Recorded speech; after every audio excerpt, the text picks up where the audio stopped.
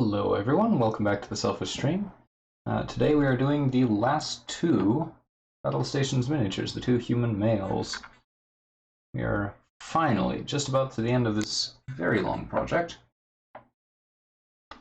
We're going to be painting them mostly in the same colors as the ladies. We are going to be handling them a little differently though.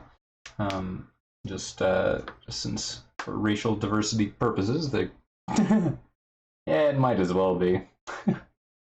Face is very Harrison Ford-ish.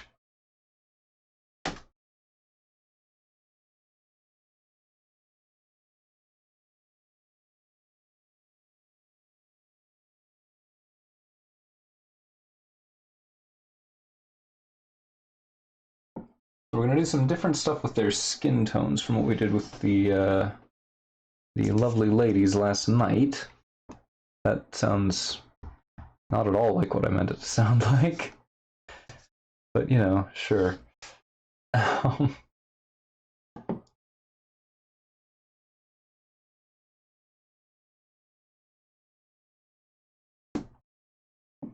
Yeah. Sometimes I just say things, and then I realize what I said later, and it's bad.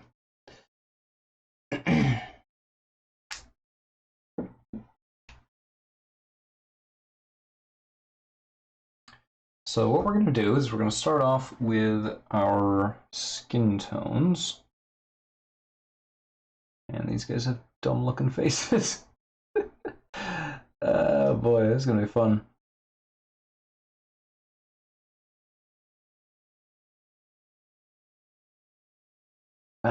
Yes, we're going to start with the skin tones, then we're going to move on to the pants on both of them, since that's more likely to overlap with stuff.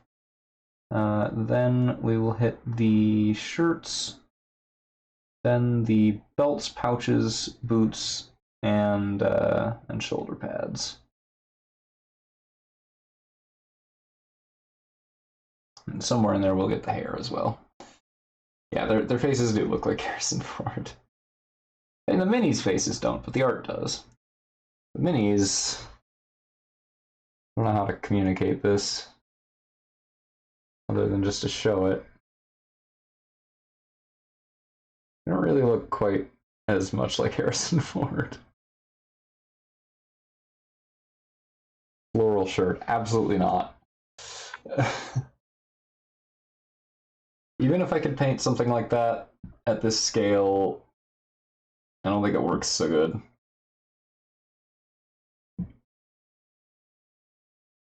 What do you mean that line? Just the mold line, you mean, or? Oh, there's one that's going to be bright green and one that's going to be bright yellow. Yeah, the mold lines on these are a little bit gross because I didn't know to clean them up before I primed this batch. This was a long time ago.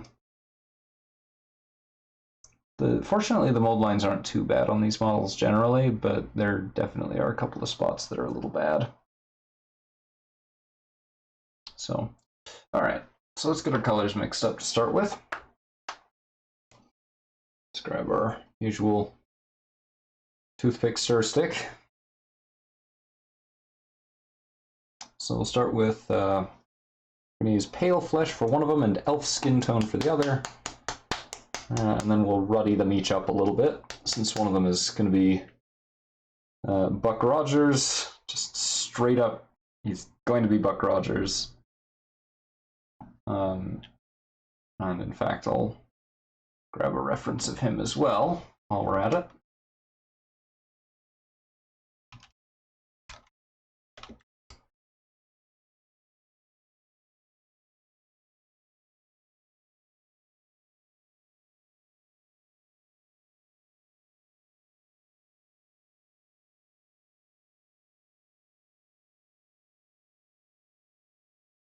Oh boy, this is going to be a disaster, and I kind of love it.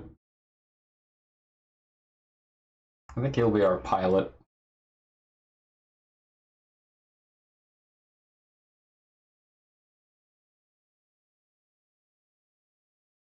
He's gonna get the same color scheme as everybody else, but it's gonna be his face.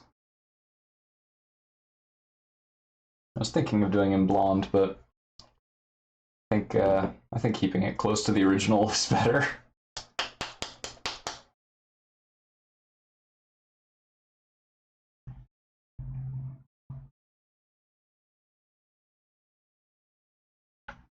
And we're also gonna have somebody a bit more more Asian looking.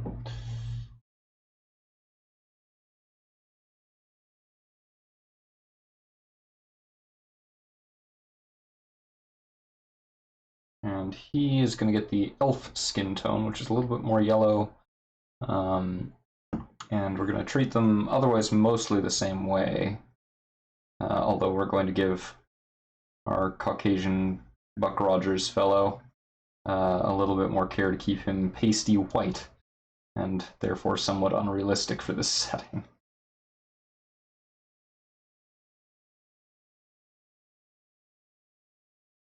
Because really, in a gritty space adventure, who is really going to keep as clean as Luke Skywalker?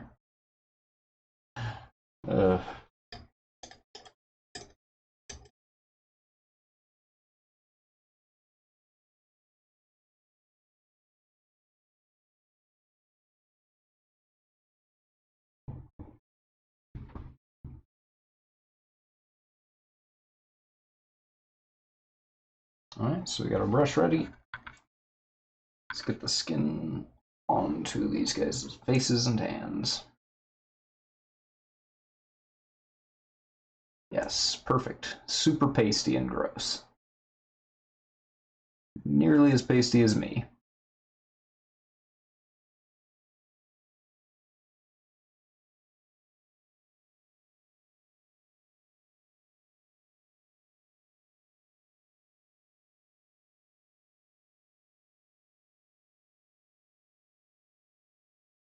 And as with last night, the last thing we're going to do is these firearms. Everything else is going to get done first.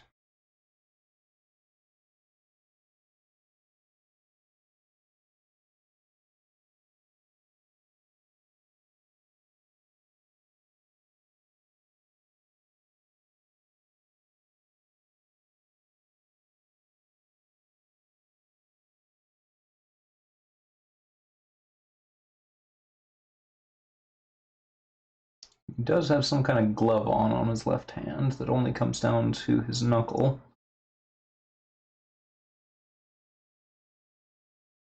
It's like a power glove kind of thing.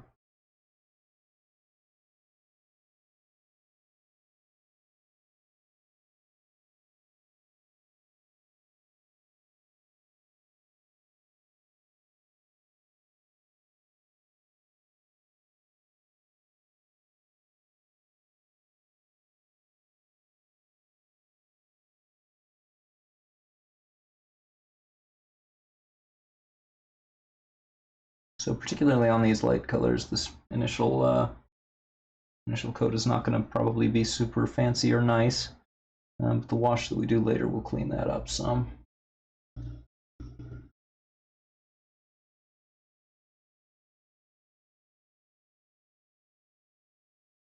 Also, why is this guy's ear so far back on his head compared to the other pieces? The handful of other figures in this game that have ears. Let me adjust my magnifier so I'm actually in frame.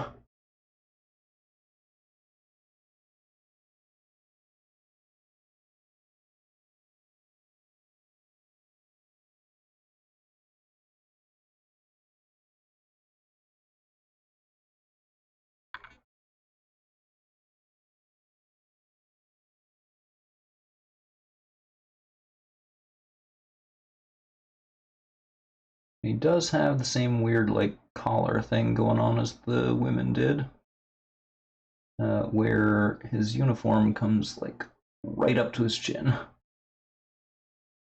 Not quite on his chin, but it stops just short. So, quick blurry look at him.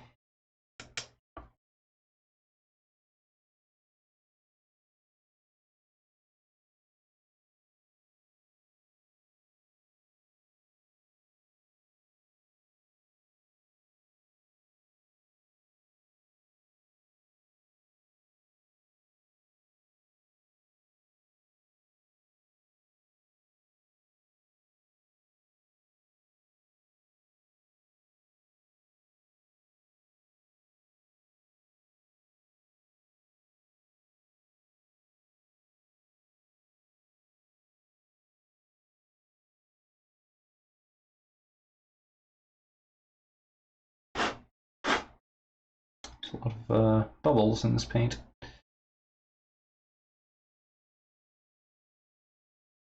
Not really sure I understand why. Or more accurately, I can't understand why I can't get them out of the paint.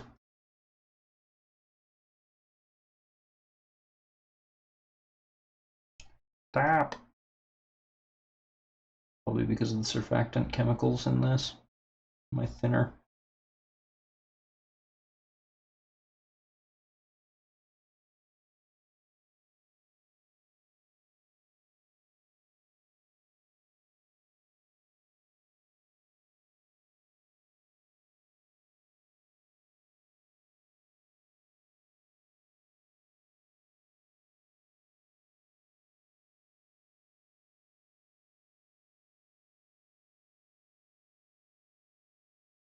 So as of right now, the next thing for this stream.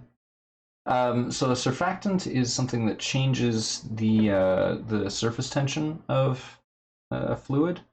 So for example, dish soap is a common surfactant used to improve the quality of paint on the cheap.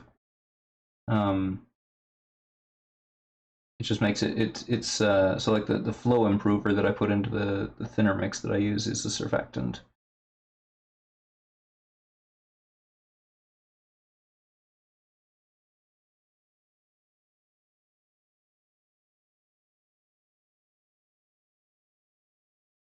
So like that's the reason that the paint sort of flows around the areas that I put it.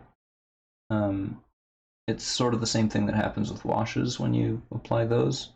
Because at that point, the fact that it's so thin gives it different surface tension properties, and allows it to just travel across the surface that you're putting it on, instead of kind of being stuck in place.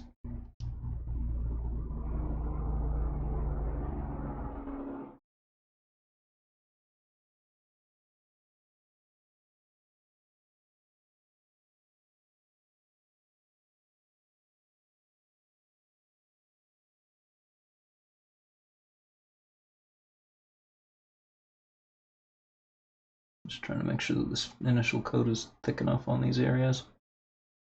It's not very thick paint.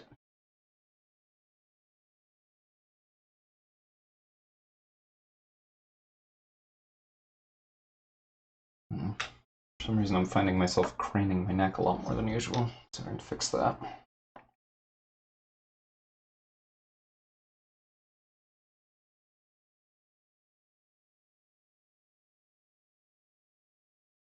Just trying to adjust my magnifier here.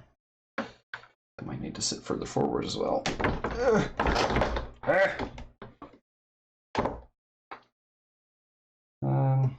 Yeah, that should be a little better.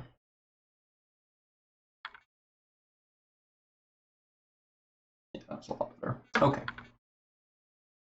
Okay. Let's see. So those two are out of the way.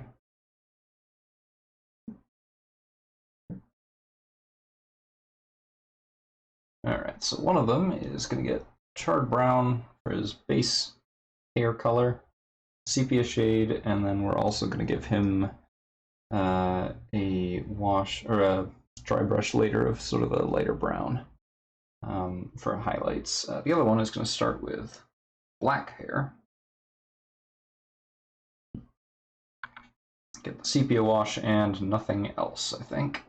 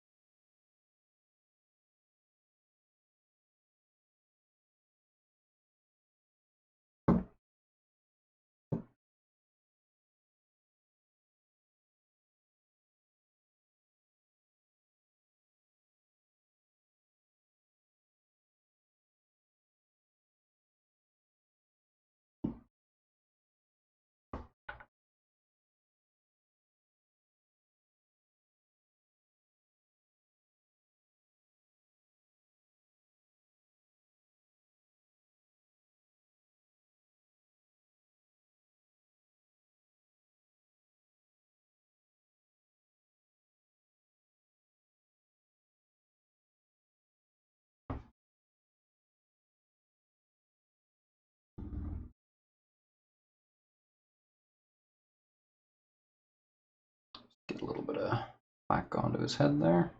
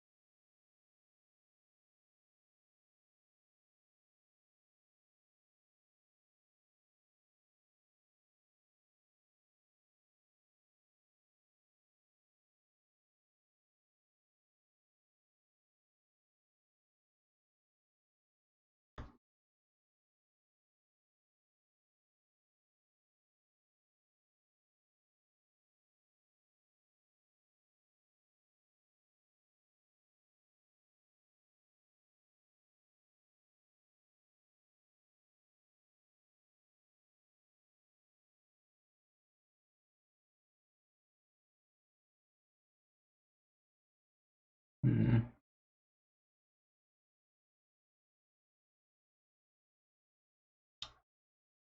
All right, that's looking pretty okay.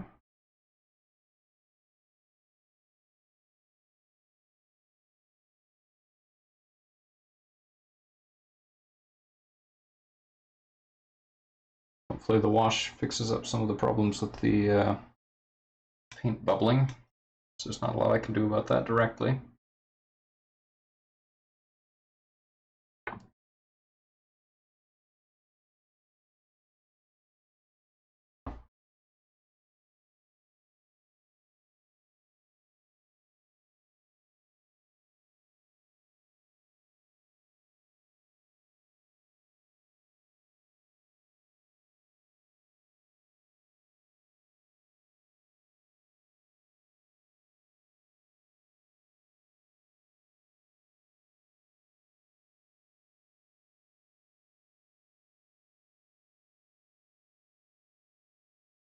Just gotta make sure this border is nice and clean.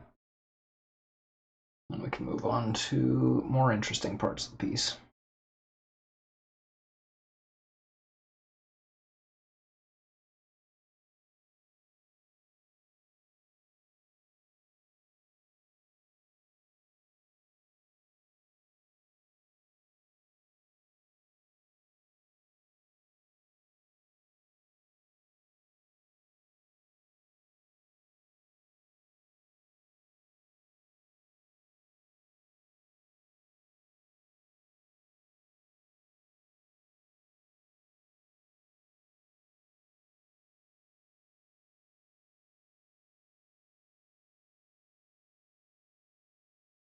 That looks good. Let's just touch up the last little bit of his hair.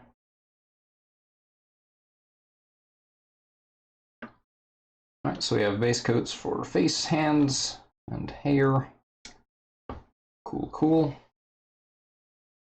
Now let's move on to the interesting fun parts. So, first thing, khaki. Khaki pants.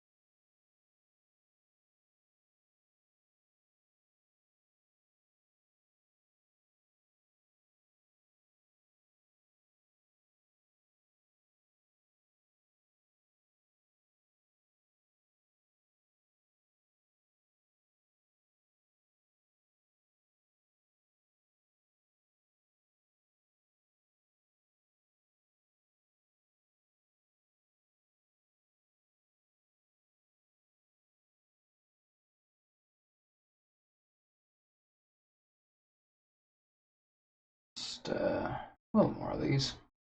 This leg. Just a touch further upon the leggy.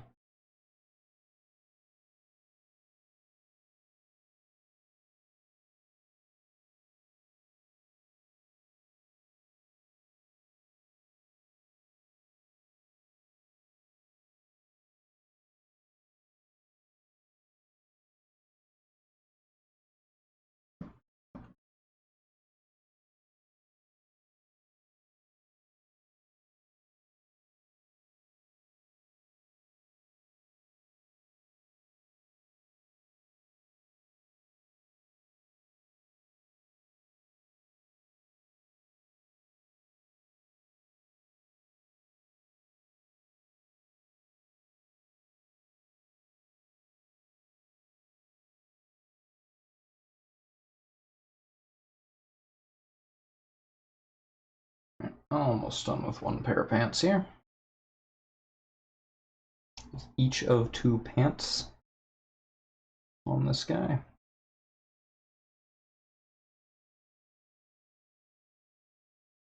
So weird, we think of a pair of pants, but there is no concept in our language for a single pant in, in the clothing sense.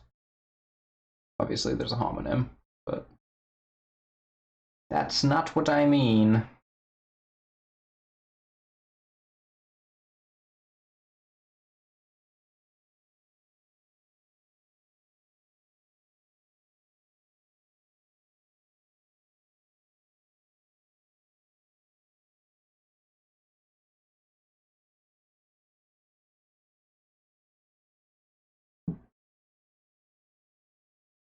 Oh gosh, is he supposed to have a stripe up the side of his pants?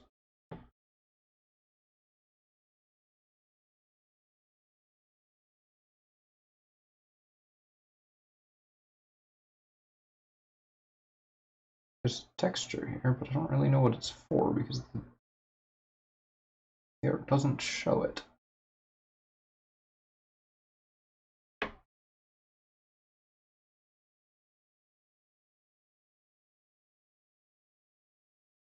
Let me switch back away from the Buck Rogers nonsense here. Yeah, this doesn't reflect what I'm seeing on the actual model. Again with this.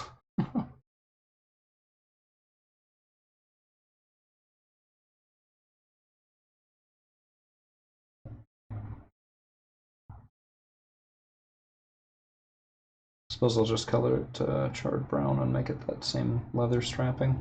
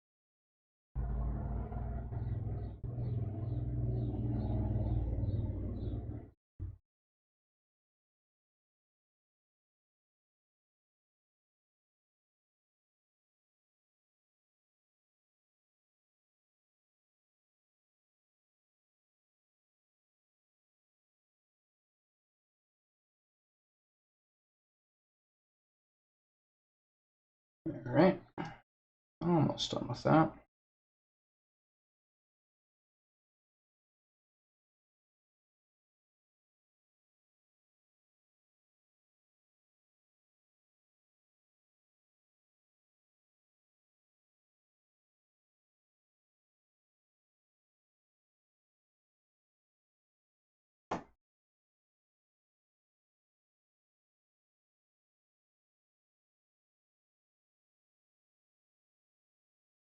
It seems like this strap, whatever it is, comes up like right along here behind the holster. Whoops. Here. And then on the other side, it comes up next to this pouch. Right, right in there. You can sort of see like the shadow from one angle. So I don't know what that's all about. It's, again, not displayed in the art. Alright, now we need the stupid clothing colors.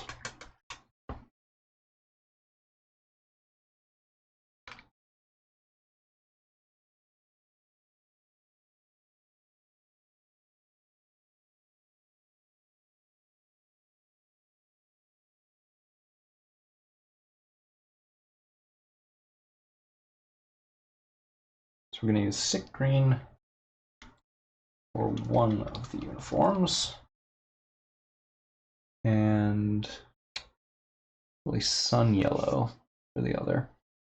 Get nice and gaudy.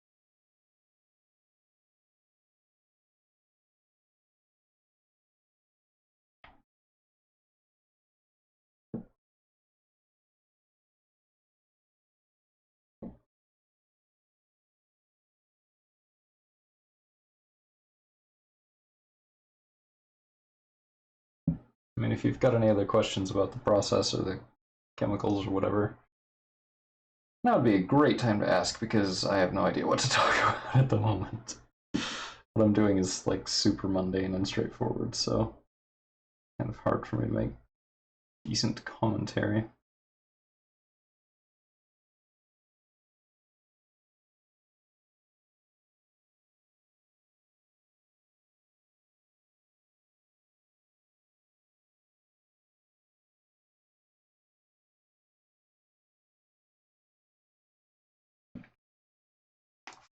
And in point of fact, I'm actually going to pre-coat the yellow. How much definition? Whatever amount of wash sits there is how much they get. And actually pre-coat in white before I put the yellow down, because this time I'm actually remembering to do that. And it needs it quite badly.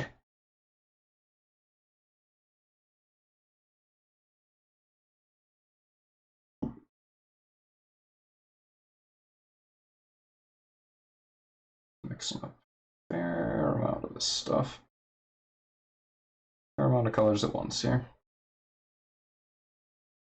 So start with Pilot.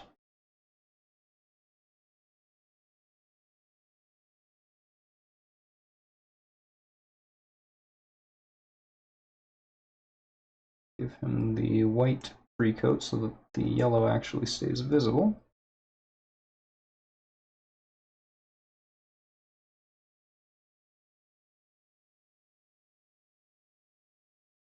No, not the tip of his gun. Jeez. And of course, this doesn't need to be anything fancy. It just needs to cover the gray up a little bit.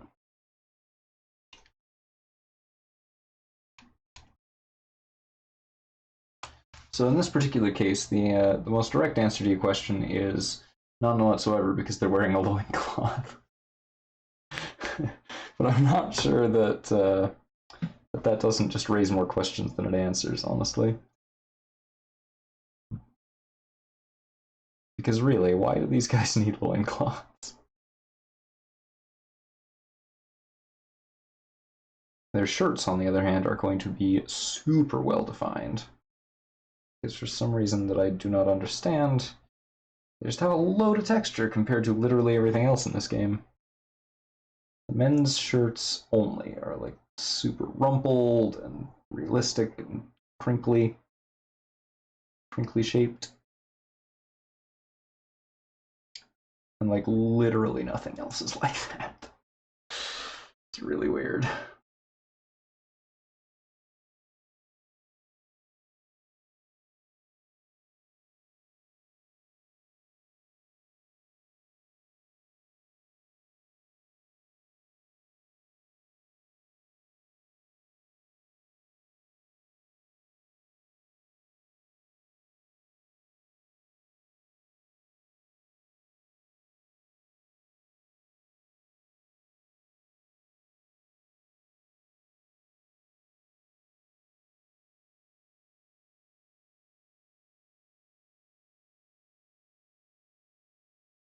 Like, there's a few other figures that have like weird clothing on, but this is by far the one where it seems least necessary to do them like that.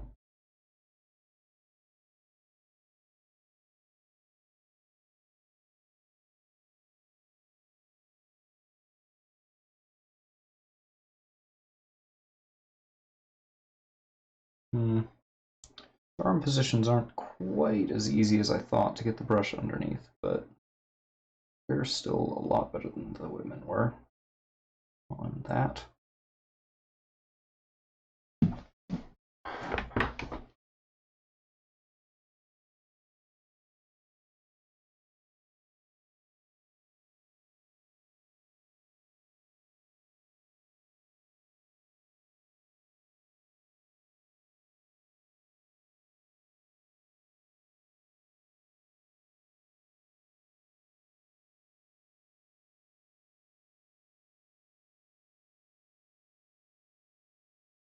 Alright, almost. This arm does not get completely covered because he's got the weird gauntlet thing on that side.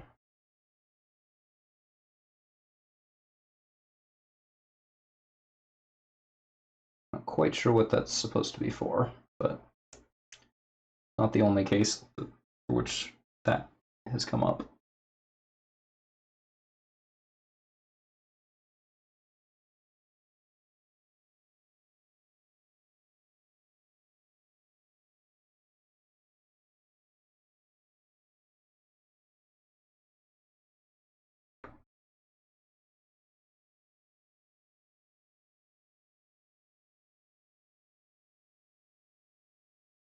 Alright.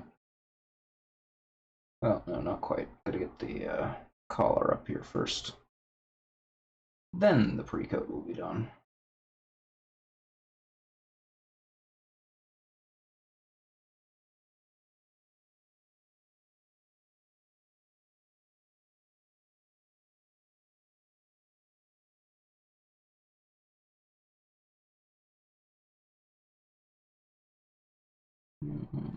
Yeah, looks good.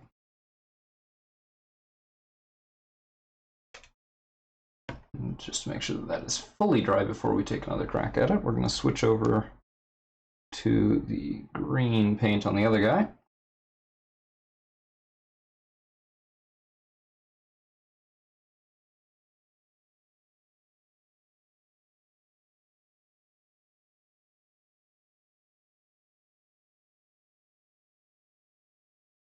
Let's just go around the top, and then around the bottom, and then through the middle. Or I suppose I should say bottoms, since that'll go down to his wrists as well.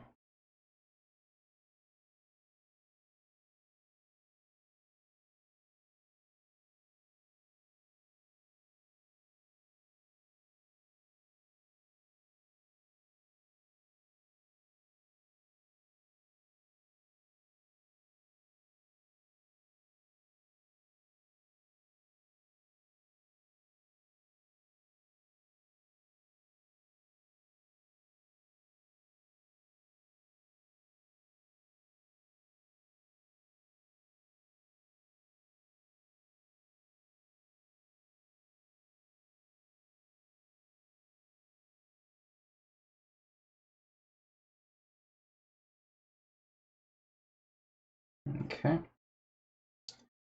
So that's the top, around the neck, and the shoulder pads. Let's do the wrists and arms.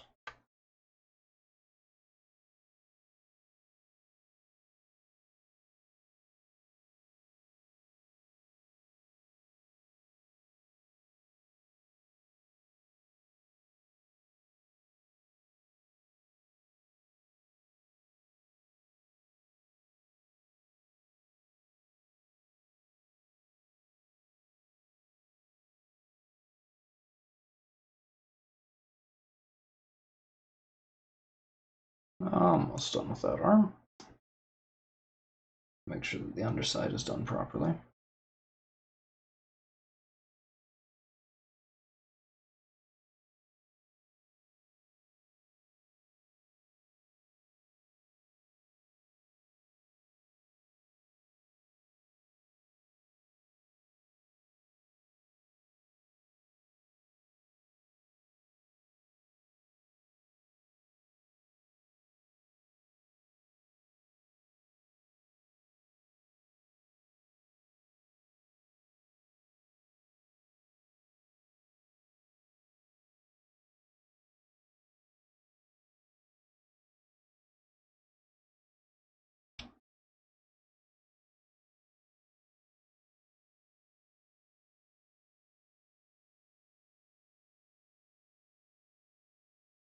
Okay, so we've got from one armpit to the belt on that side. Let's get the other side of the belt.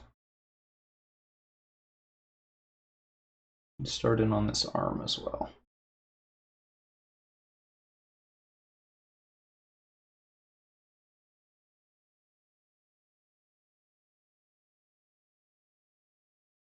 That's quite all right.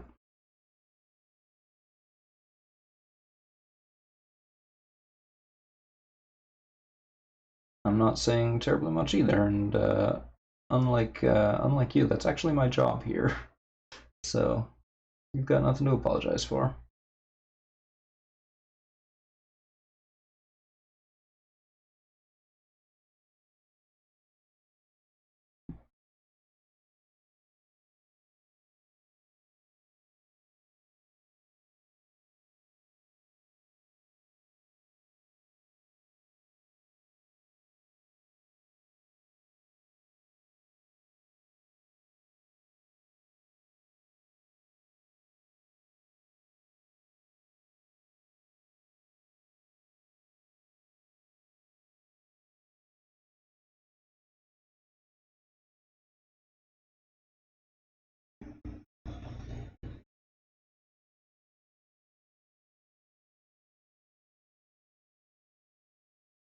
Okay. I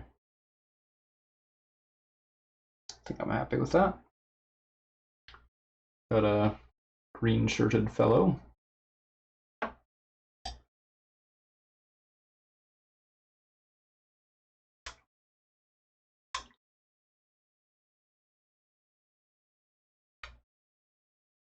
And take your screenshots now, folks, because this is the most like his original costume we're ever gonna get.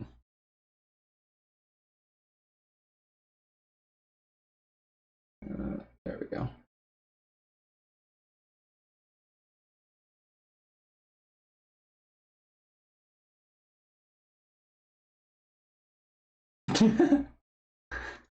Yeah, he does a little. Alright, now let's get him all piloty looking.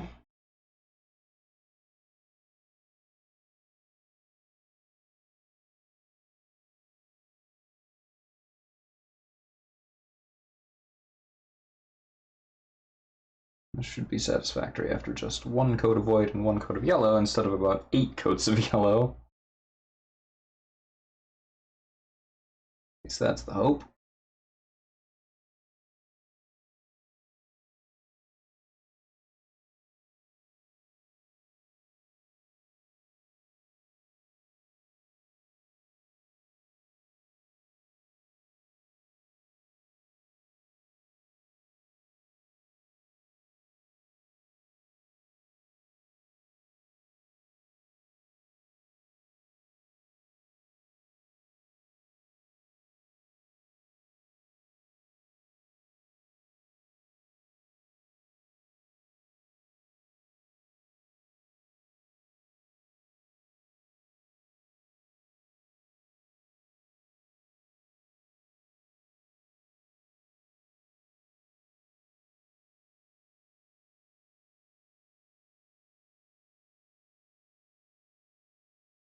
Alright.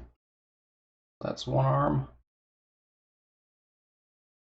I have to take special care around his collar. That's a really difficult spot. Compared to the rest of it, at least. Just requires a bit more care.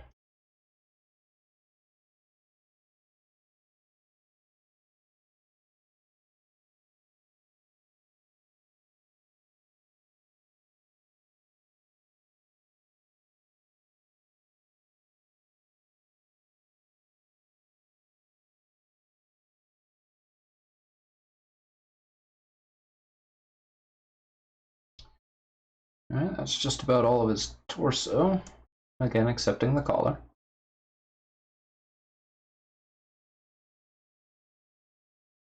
The top of his arm here.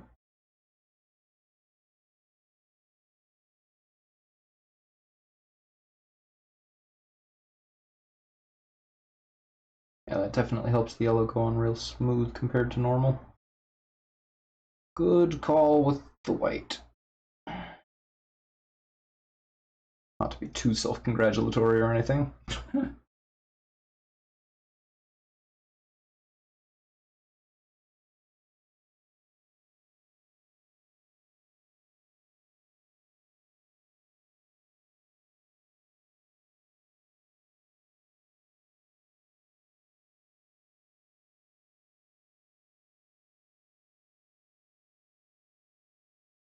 Okay, looks like that arm's just about good. Now let's cautiously fill in the rest of his collar up here.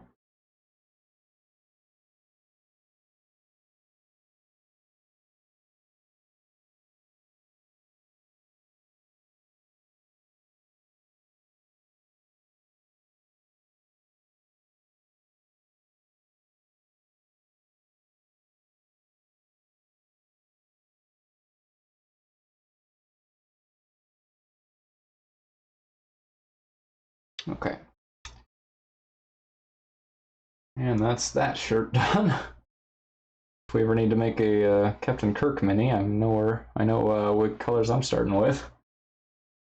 That's actually pretty darn close already. Alright, now we get to do all of his weird little greebly bits. Not actually greebles, but weird bits of that nature.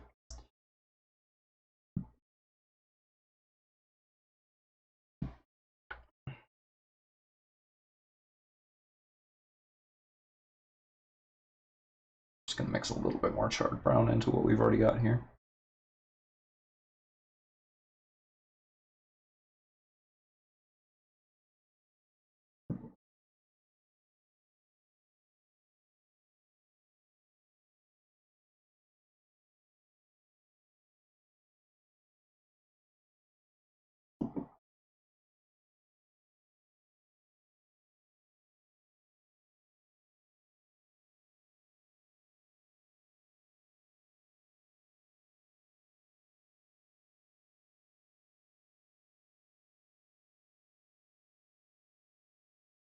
And again, we will need to be a little bit cautious with certain parts of this since they're a little bit weird. There's some details on the model that don't match the art. We need to be cautious about those.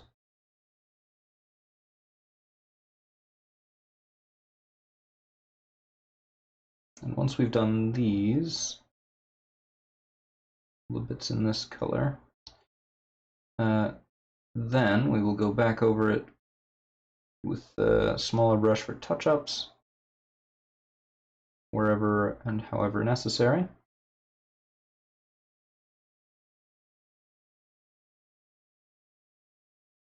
And then it'll be time for a wash. Sepia shade.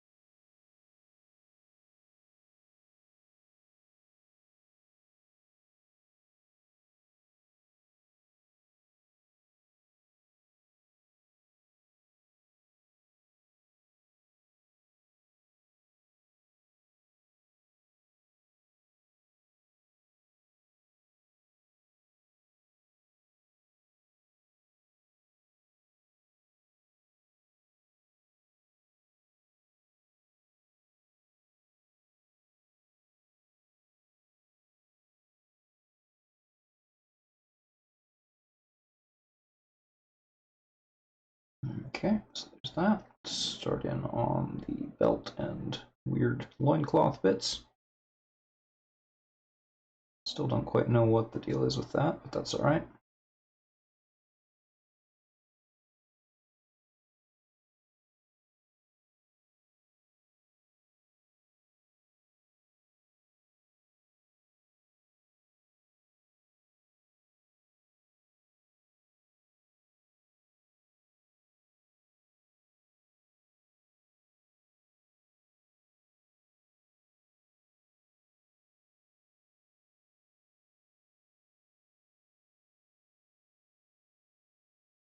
Got his gun holster over here. pouch on his right hip and one over his right buttock.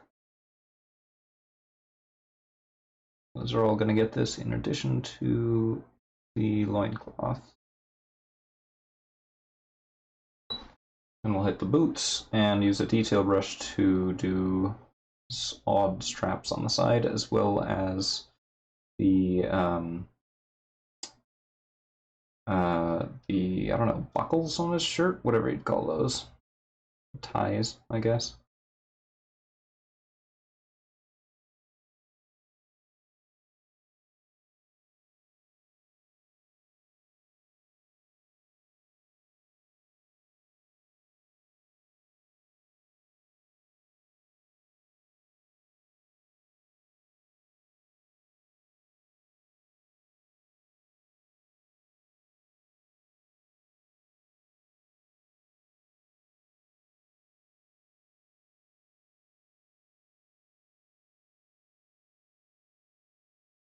Do like how easy the paint is going onto the loincloth bits. I was expecting that to be more pain. It's actually being fairly nice to me.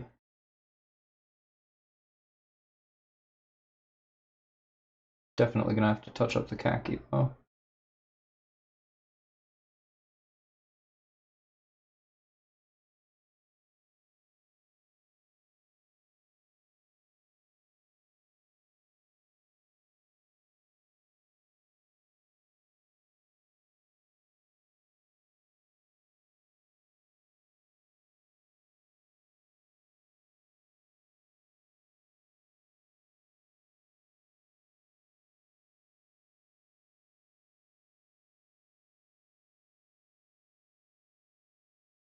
Probably also gonna want to touch the green up as well.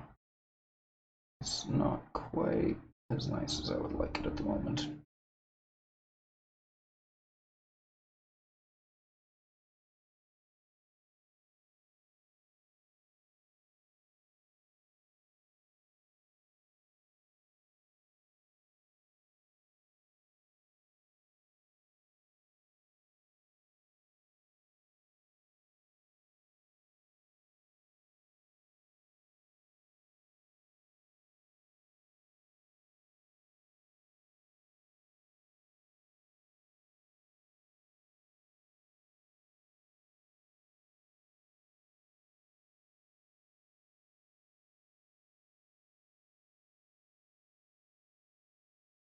Based on last night's experience, I would say it's a lot easier to overpaint a bit and then correct it than it is to not overpaint in the first place.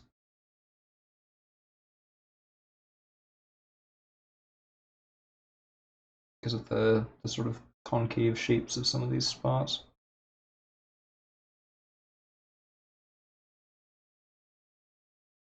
Okay, boots now.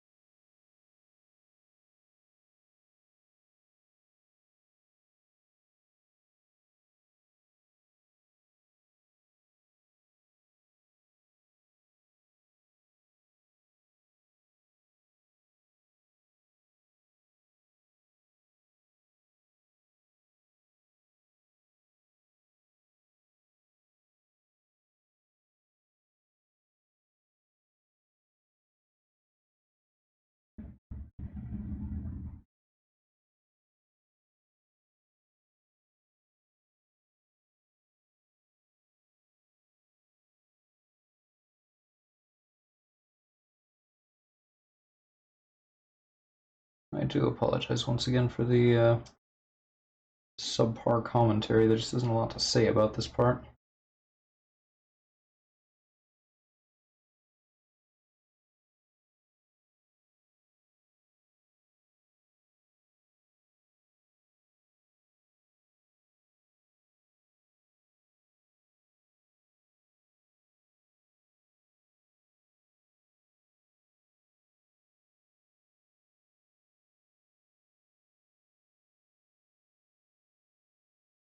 Buck Rogers pun. What does that mean? Like what? I am soliciting you for my Buck Rogers puns.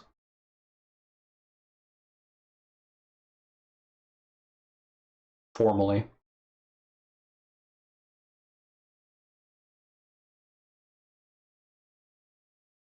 Honestly, I've only seen the first couple episodes. So I don't know much about Buck Rogers either. I've probably seen, in terms of like hours watched, more Duck Dodgers in the 24th and a half century than I have seen of Buck Rogers in the 25th century.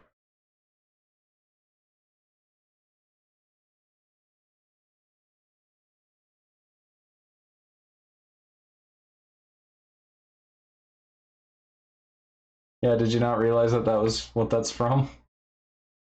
Took me a while to get it too.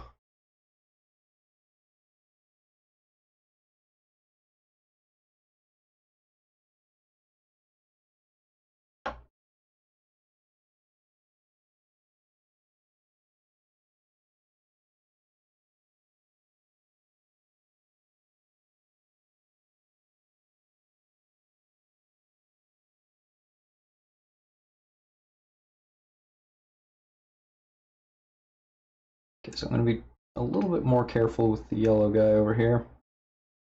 Just because he's going to be a lot harder to touch up the mistakes on his shirt. Since it is a dark color over a light color, which is going to hide a lot better. And as a result, it's going to be harder to get the yellow to cover up those problems. You've never heard of Duck Dodgers? What? It's Daffy Duck and Marvin the Martian in a direct parody of Buck Rogers in the 25th century. And it's actually pretty hilarious. Most of the jokes don't have any bearing on Buck Rogers whatsoever, other than just, it's the future! But like that's where the um,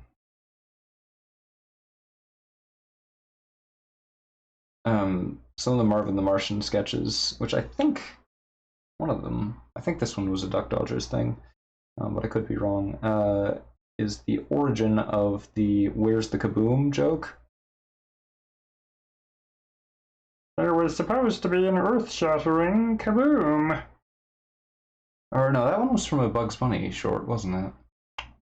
Dang, it's been a while. Should read up on my Looney Tunes history. Now that I think about it, that's actually really funny because Mel Blanc voiced most of those characters. Yeah, yeah, it's Daffy Duck.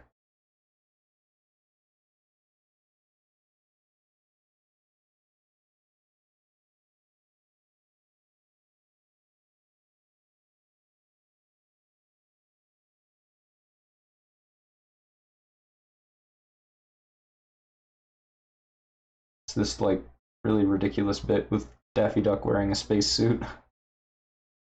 And then he fights Marvin the Martian with ray guns and whatever. Very silly. See you when you're back.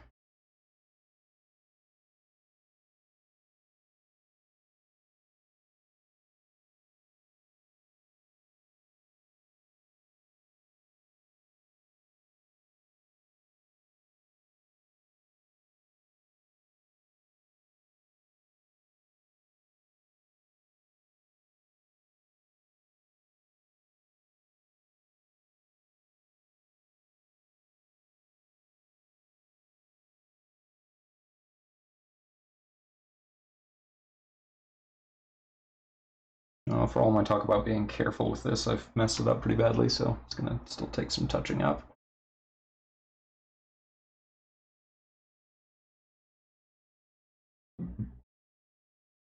Not more than I expected, but more than I hoped.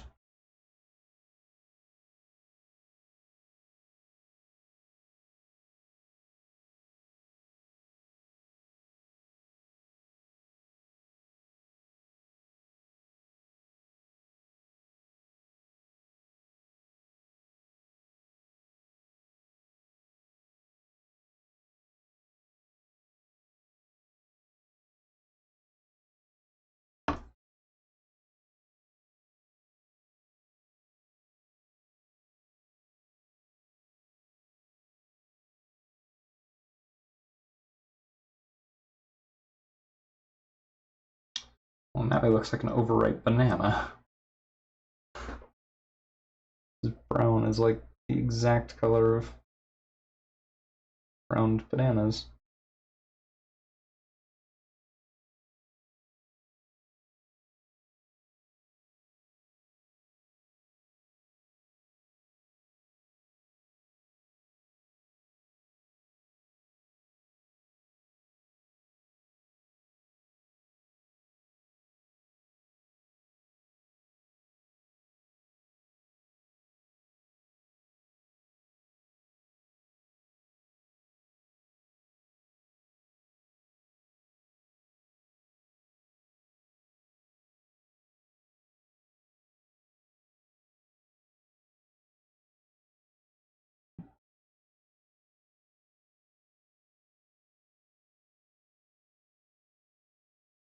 And lastly, the boots. We can move on to detailing and touch-ups.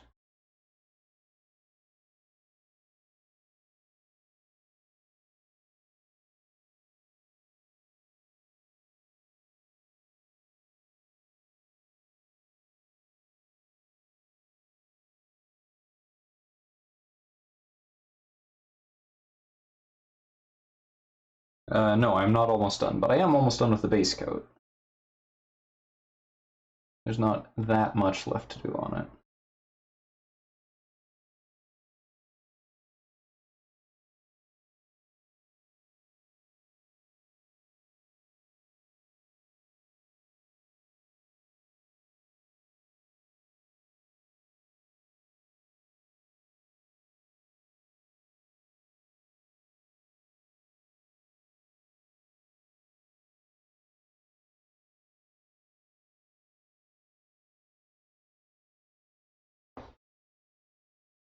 So yeah, almost done with the base coat. Just gotta get these boots. Then we will go over some of the smaller details, specifically these weird lines on the sides of his legs and the ties on his shirt.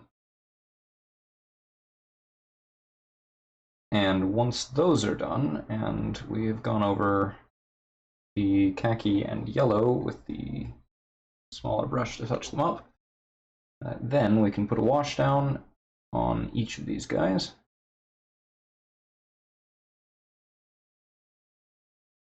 And they do both need touch-ups pretty badly.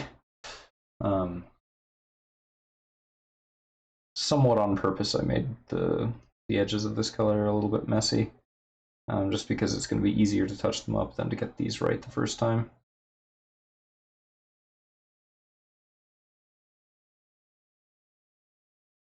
Just because the lines are very precise, which is easier to do with a smaller brush.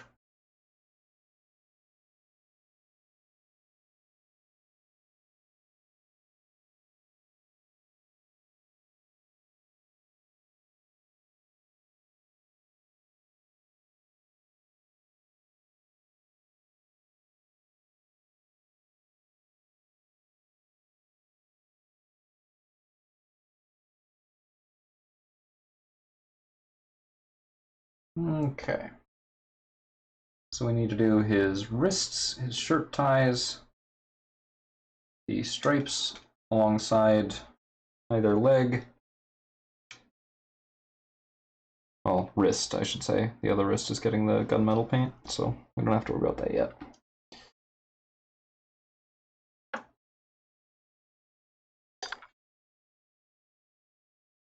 Our good old Reaper 10-0. That away.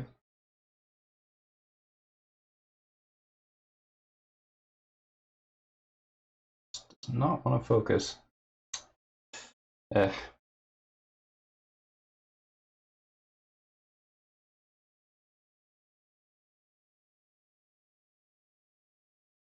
Give it a quick rinse to clean out the soap that was in it.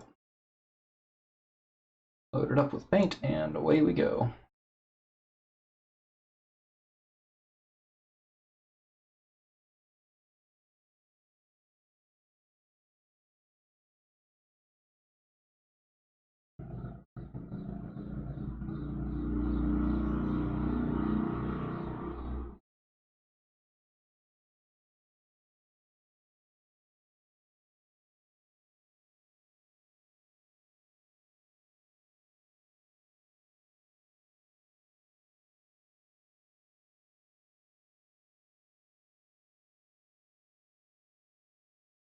Wait, did I just straight up miss the line? Crap.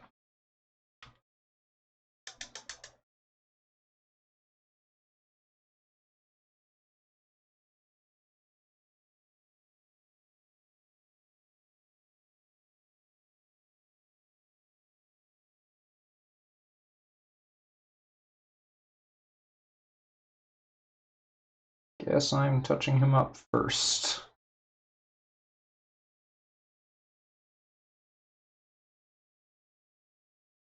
I painted next to the line that I was supposed to paint over. Brilliant. Then it kind of occurred to me all of a sudden, like, wait a minute. Doesn't look quite right.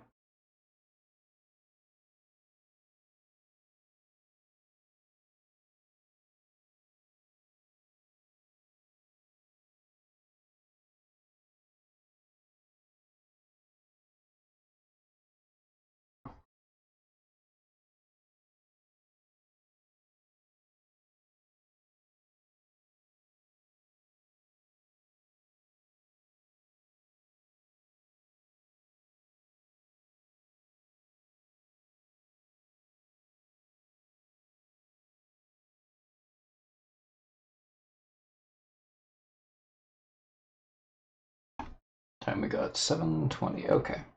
About an hour left for tonight's session. And if we're not done by that point, we might need to come back to these later. Just wrap up the last little bit. But hopefully, we will be able to complete them by then.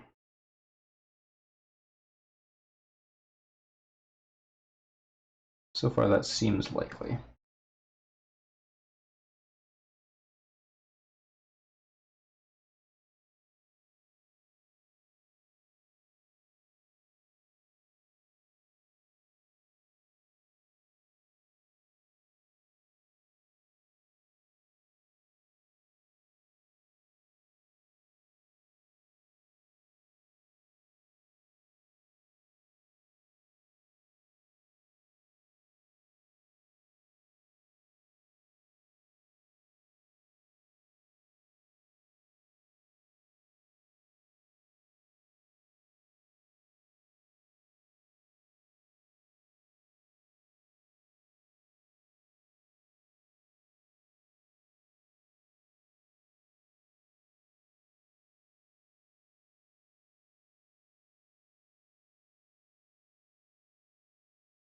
Okay, and that's just about that touch-up set done.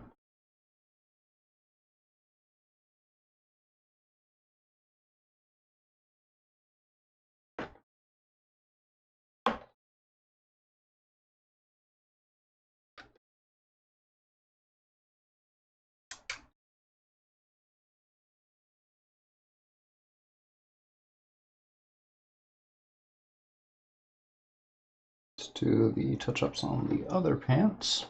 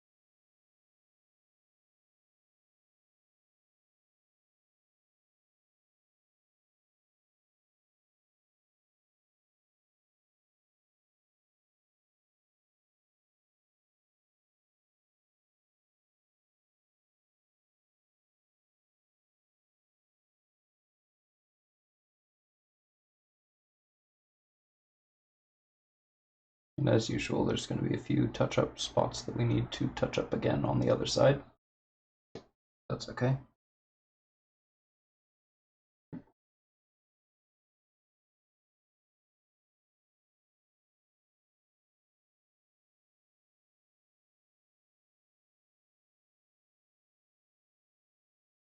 Let's clean up his boots.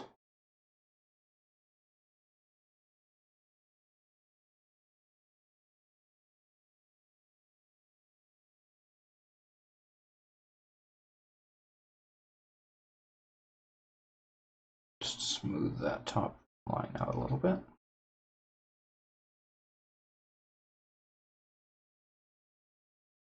Even if it's not precisely even, it's going to be better to have it smooth than not.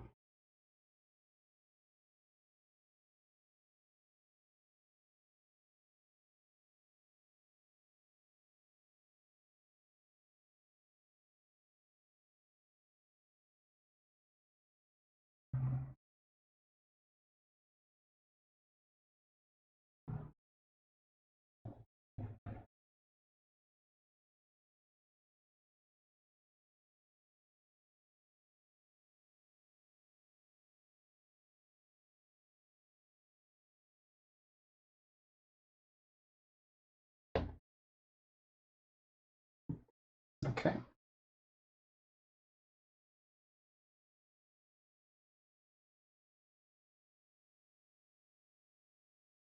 Now back on to the dark brown.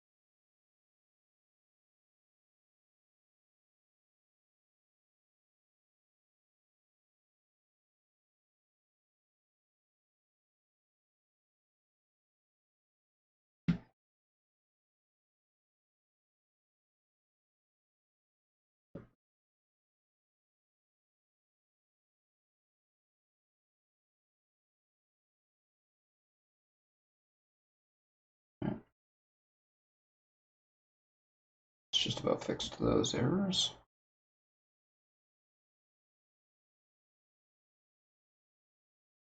Now we can take a crack at getting this right on this guy. We'll go back over the other one in a minute.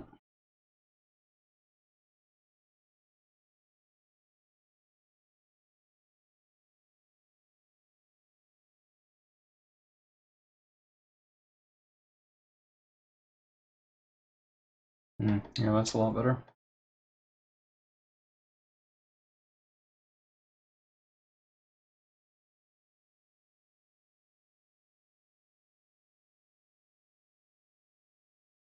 Oh dear. This paint is starting to dry out a little bit because I did not mix very much of it.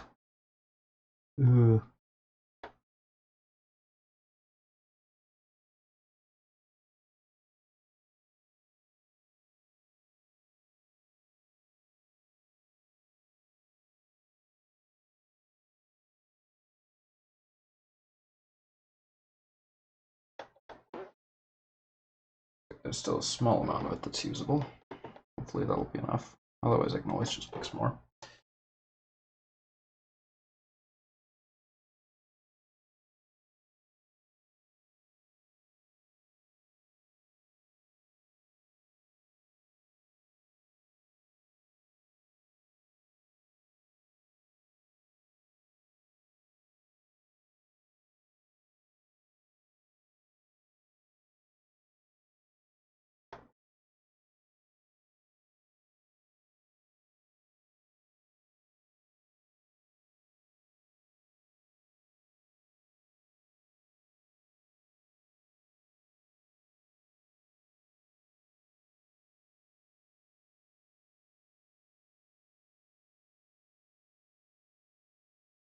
Okay. I think that's all the extra stuff you needed.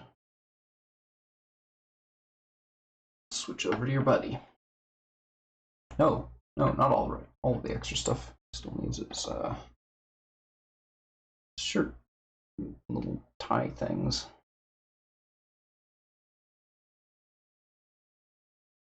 Mustn't forget those.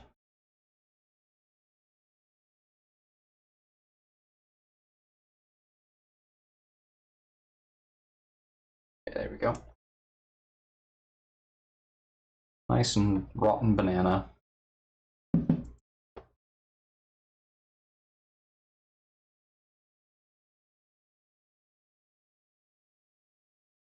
Of course, the shirts need touch up as well, but those paints are already dry. So I want to use this up as quickly as possible so that I don't have to mix that one twice in addition to all the others.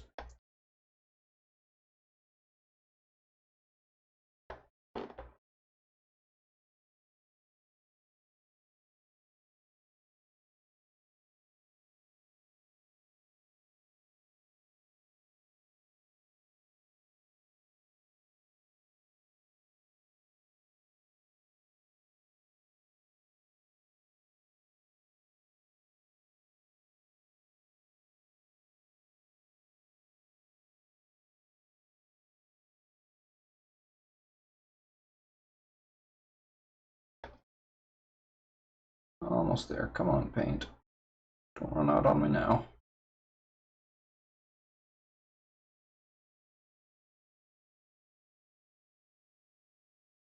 Oh, paint ran out on me.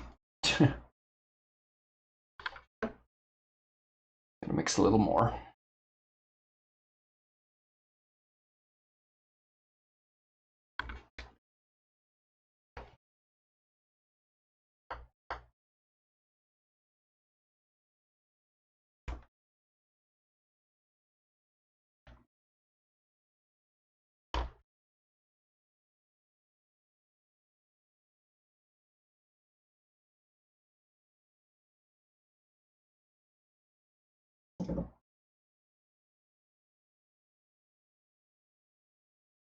Sometimes kind of frustrating that there's like a minimum amount. I mean, like I'm glad that it works out that way. It's definitely worth the trouble, but there is some trouble.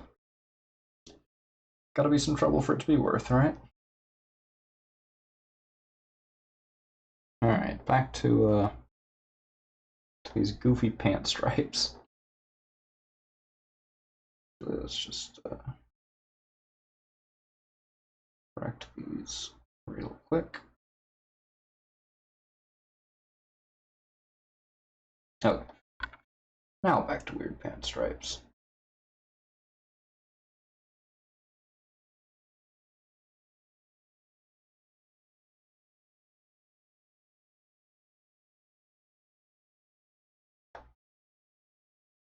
Ugh, a little embarrassing. I can even still see the spot where I put the where I put the paint. It wasn't supposed to go.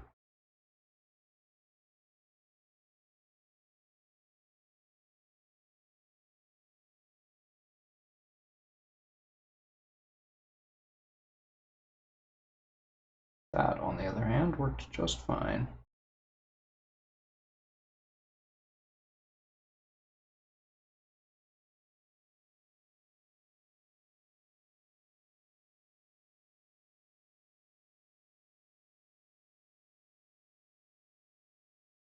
Okay, now the wrist.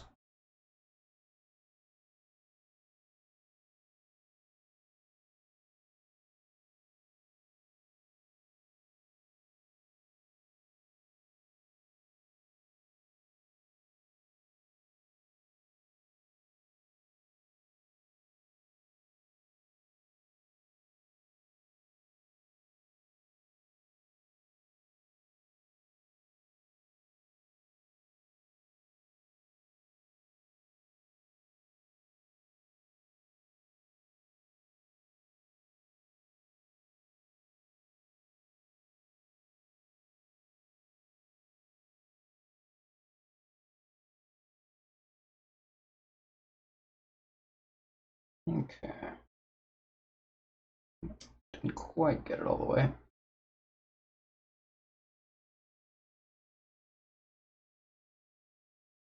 Probably because I ran out of paint on the brush. You know, probably.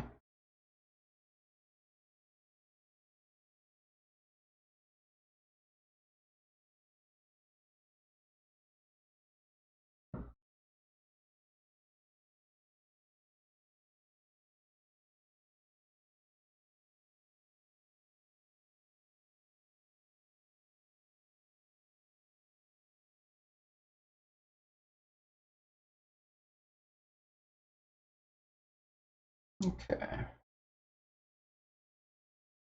All those parts are looking good. So I'm just going to briefly mix up a little bit more of the yellow and green to cover up my mistakes.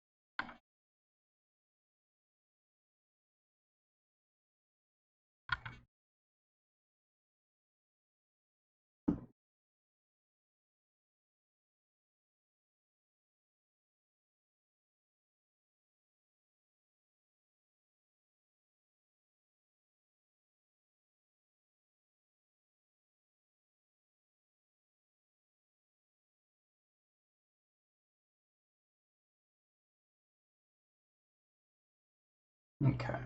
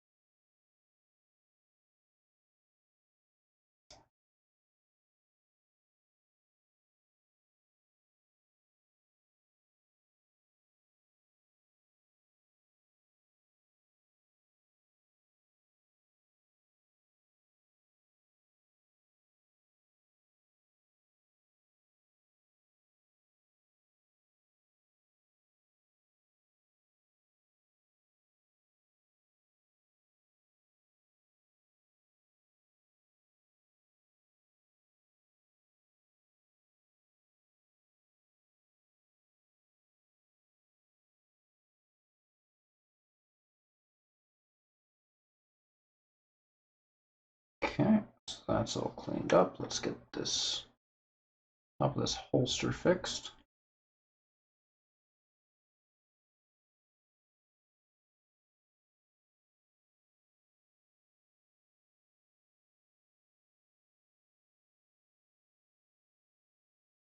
And obviously make a slight mess of the area surrounding it that needs touch up.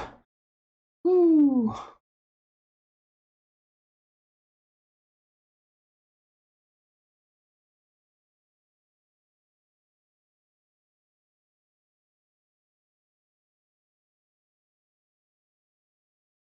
There we go. That works.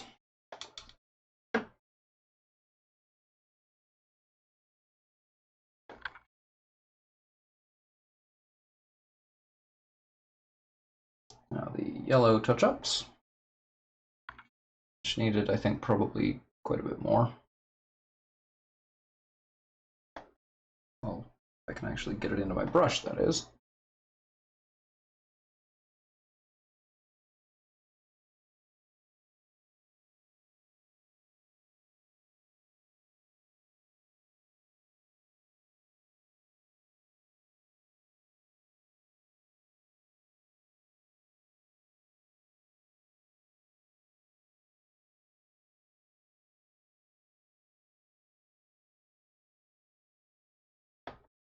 gosh, this paint is so thin.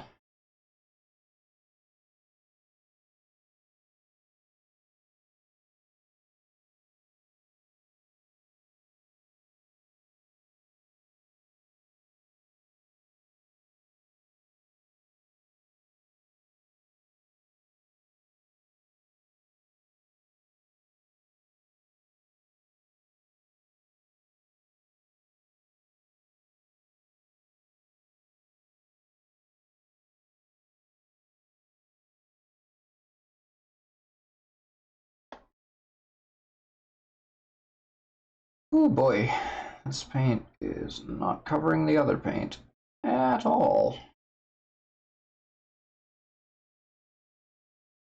Well, that'll have to be good enough because I don't have time to clean it up right now. Okay. I do believe that puts us in a position of being able to do the wash at last.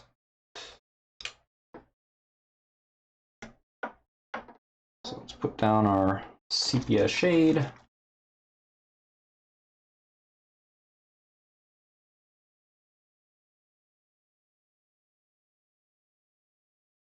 About 3 drops per piece, which is probably excessive, but that's all right.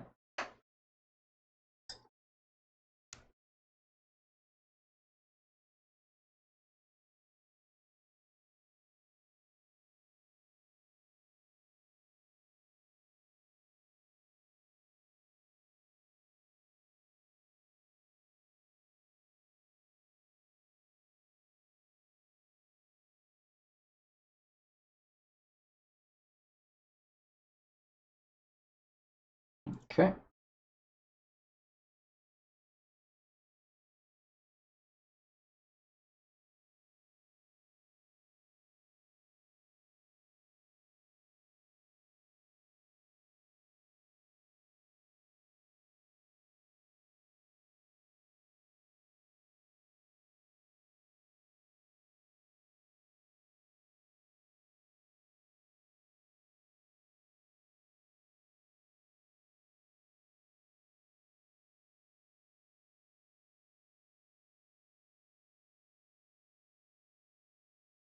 He is going to have some crazy dark eyes based on where the wash is sitting right now. It might not be like that, but it also might. We'll see.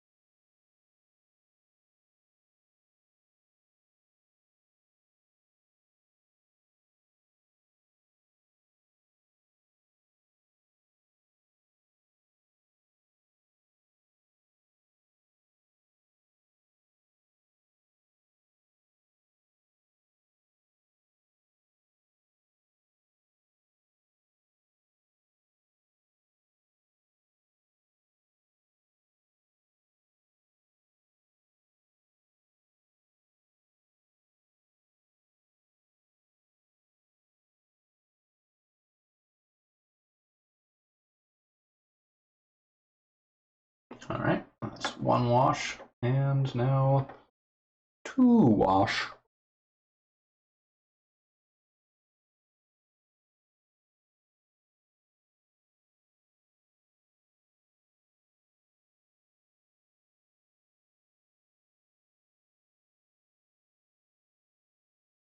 I'm a little bit worried about the fact that everything that I've put on this guy's shirt makes him look more like a rotting banana. Because that wasn't on purpose. It just sort of keeps happening.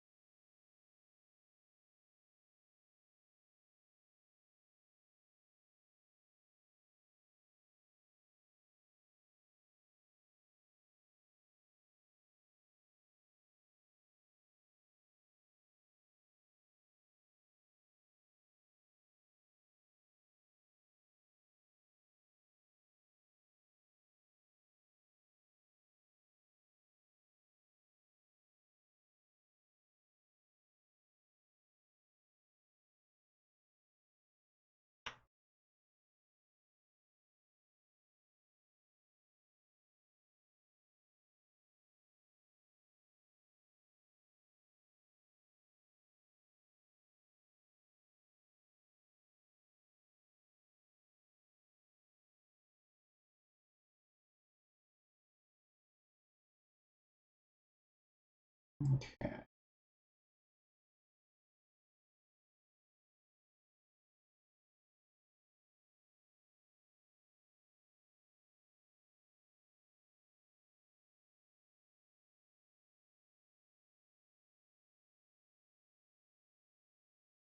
Okay, so give those a couple minutes to dry up.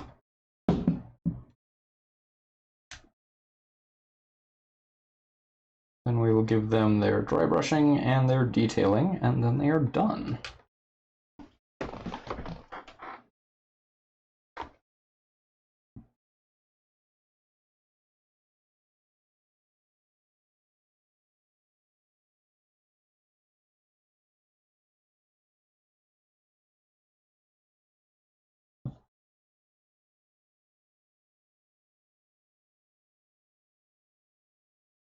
Just clean it off my magnifier here.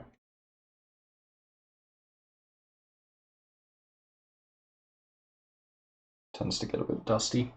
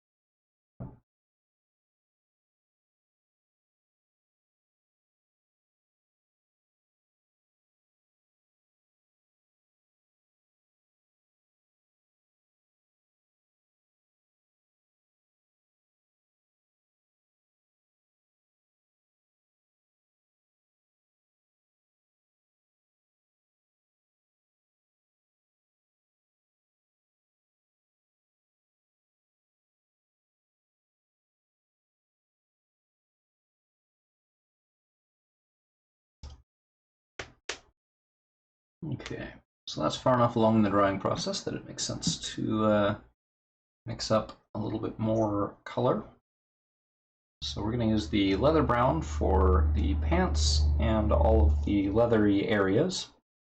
So the wrist cuffs, the shirt, tassel, whatever, all that weird business. The boots, loincloth, shoulder pads, all of that. And probably also Buck Rogers' hair, just to give that a little bit more lightness.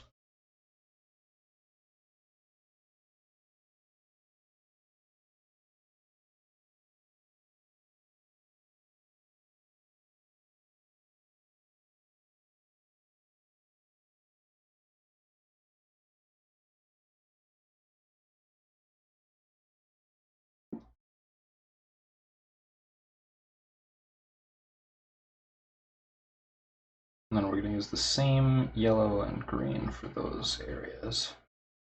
So we don't want to lighten it too much, but we want to bring it, the highlighted areas back up to their original brightness. And we're going to probably try and do that first, since one, that area has dried earlier, and two, those are not going to be wet for as long as the khaki will.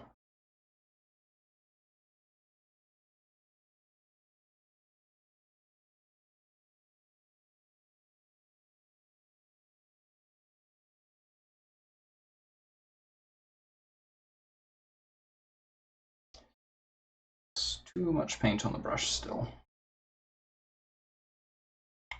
Will live, but it's a little bit more than I wanted.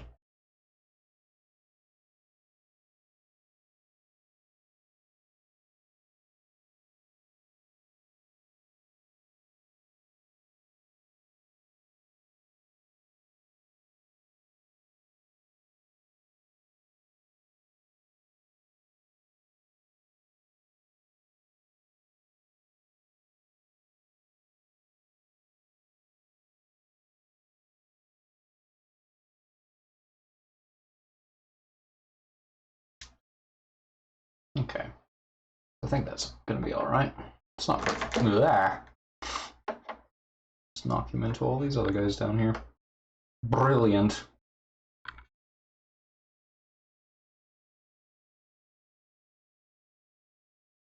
Set these ones in front because they're a little more important to us right now.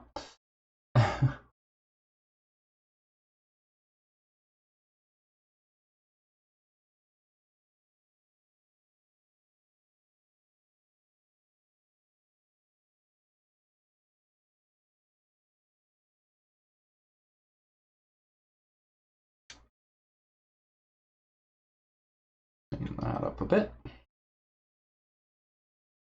I'm going to take a careful look at the skin on both of them to see if they need a change in the wash that I've used, or like any dry brushing or rehighlighting or anything like that. At least at the moment, they mostly seem okay.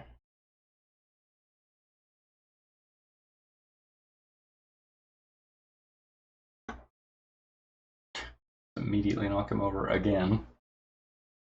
Great.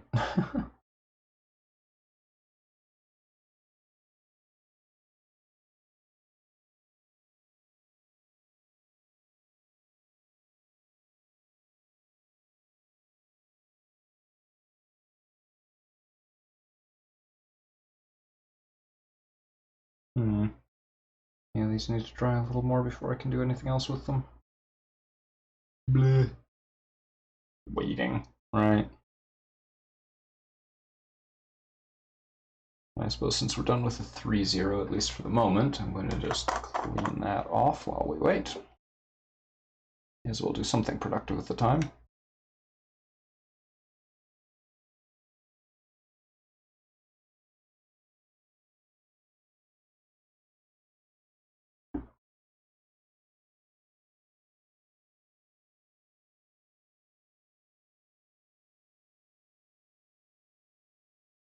So this is just got like a blob of soap here. Just basically lathering the brush up some.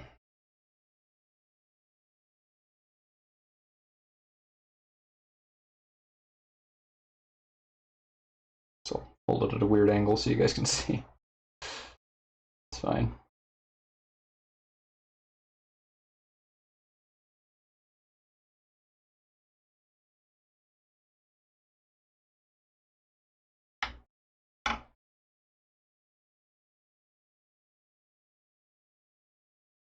We'll just repoint it by hand,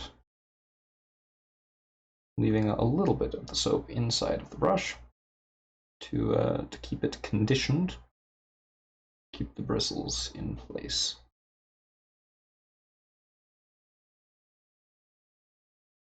That helps to slow down damage to the bristles over time and generally keep it a bit nicer.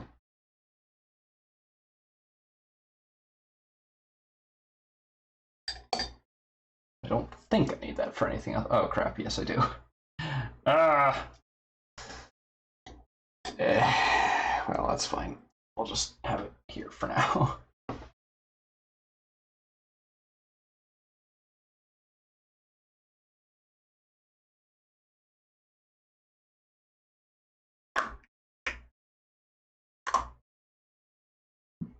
Come on, dry up already. Got places to be.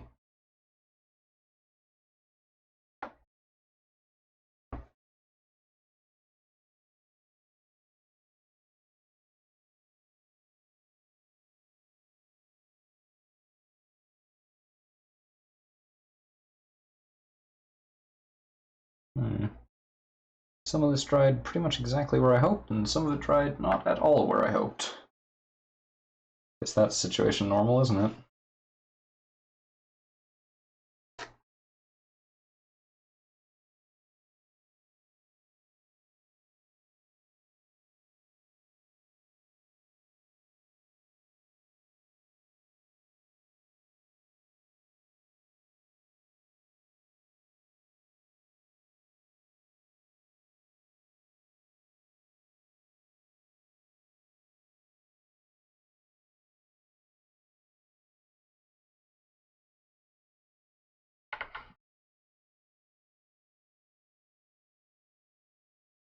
Just removing a bit of excess paint from my palette here.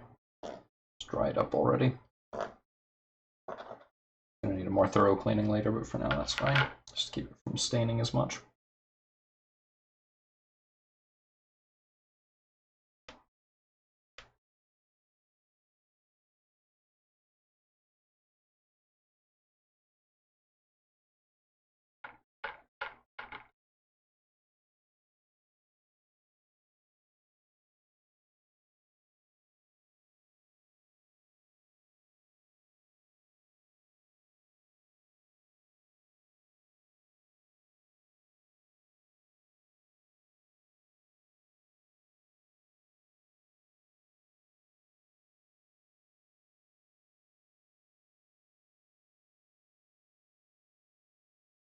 And in a twist that nobody could have predicted, doing that with my fingernails all short has ended me up with some paint under my fingernails. Brilliant.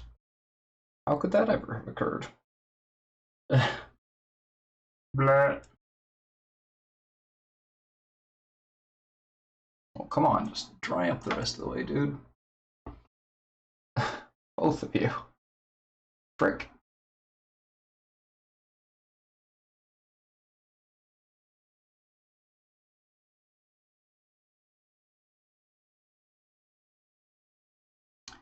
Okay, so I think he's good to have his yellow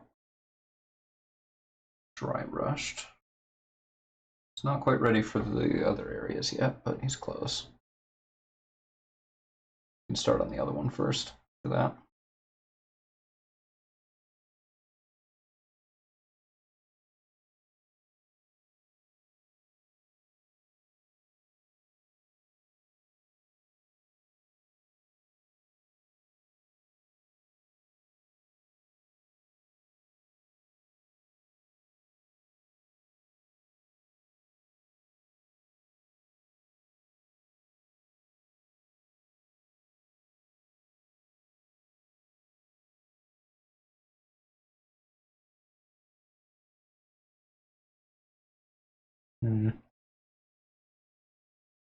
Drat.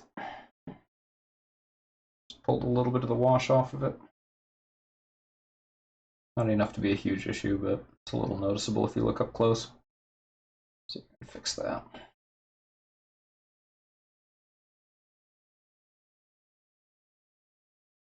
Borrow some from the areas that don't need it as much.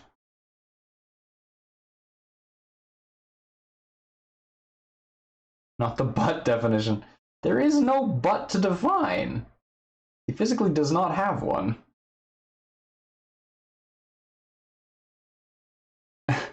Yeah.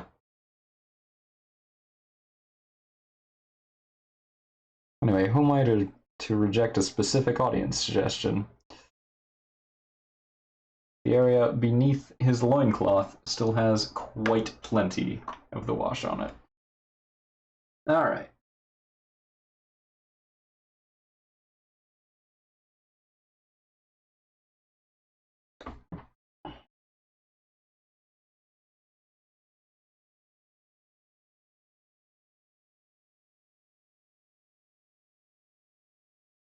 Yeah.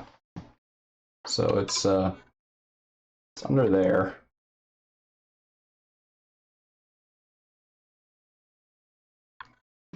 I left all the wash that was in there. Hon, hon, hon. Ho, ho, ho. Indeed.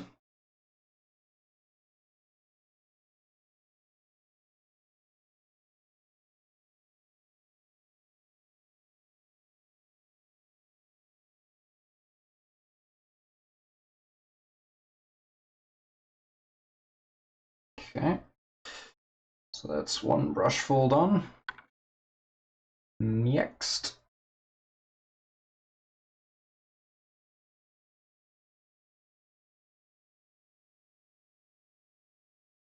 Mostly just covering up green on here.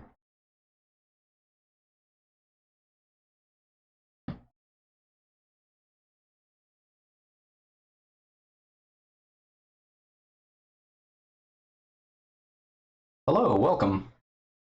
Only here for another half hour, but welcome anyway.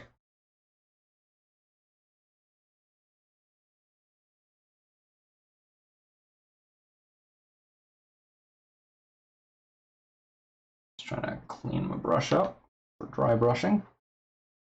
I'm going to do a little bit up here, just a little.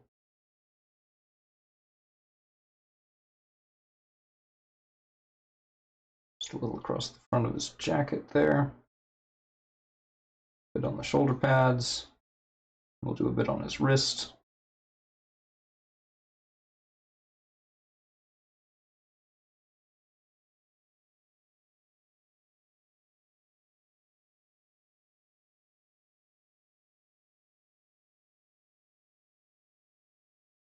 Then lastly, the boots. I'm going to give those as much time to dry as I possibly could because they were being kind of ridiculous. Boots.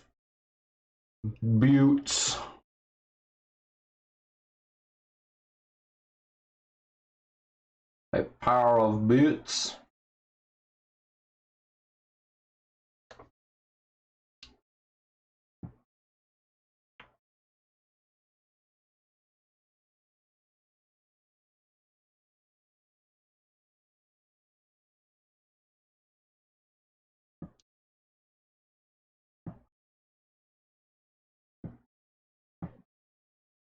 Okay.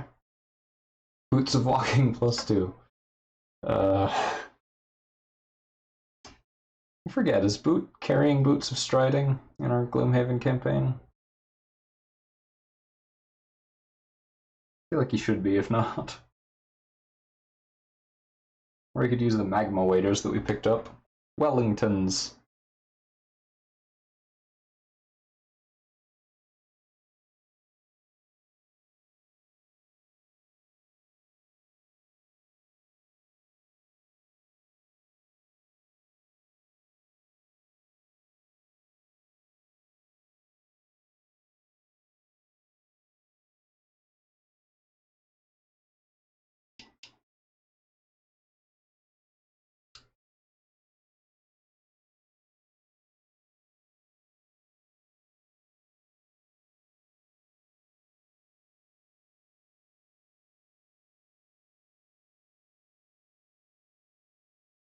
Alright. Almost done with the pants.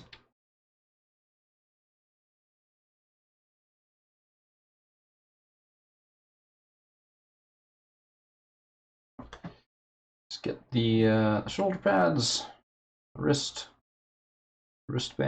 just like before.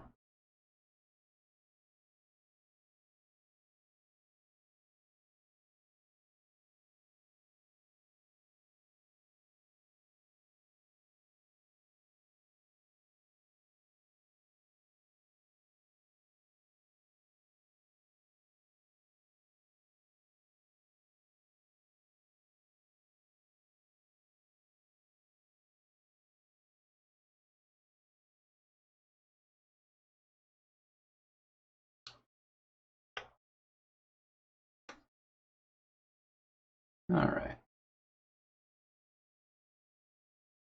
And then he gets a little bit more of this on his hair. Slightly blonded up.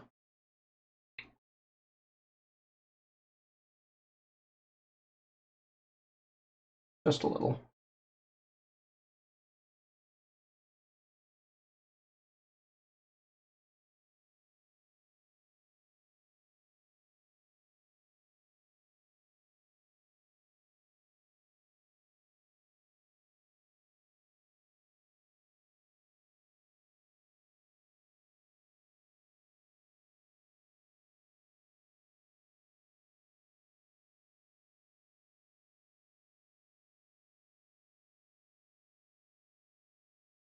Alright.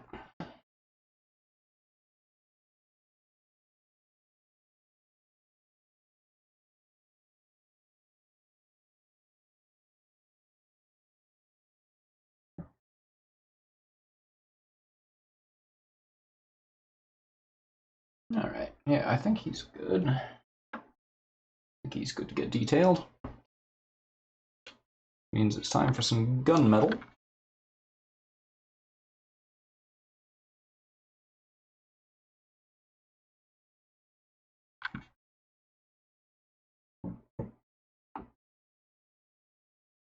And 2 drops thinner.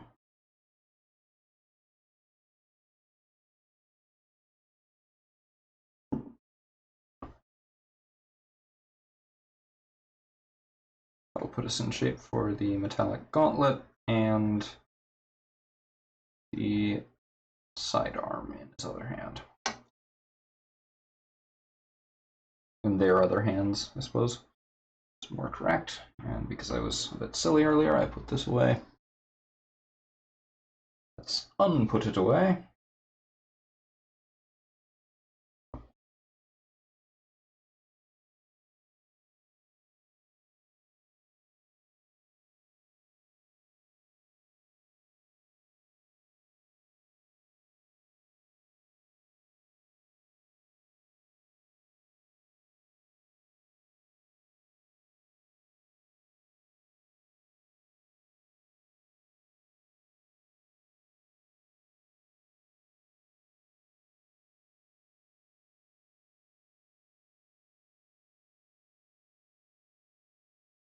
Right.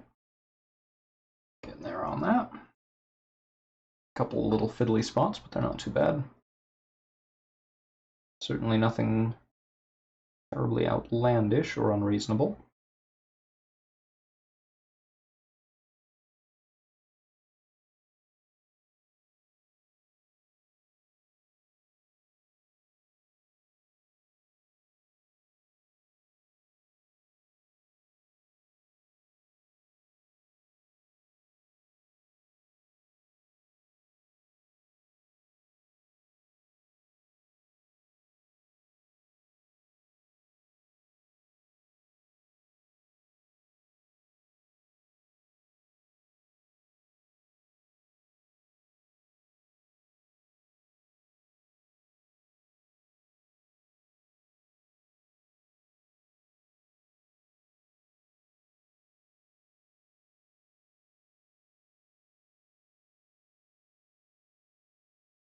Alright, I think that's good on the gun for this one. Let's do his bracelet.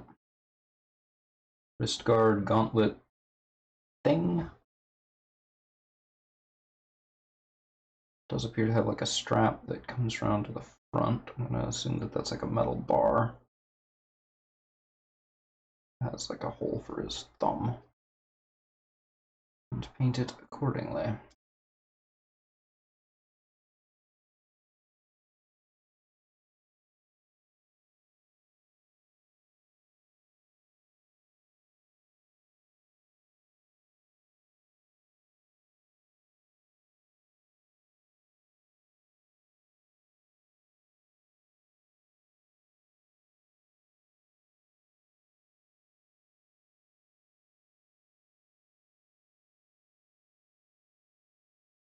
Goes just right up his forearm there.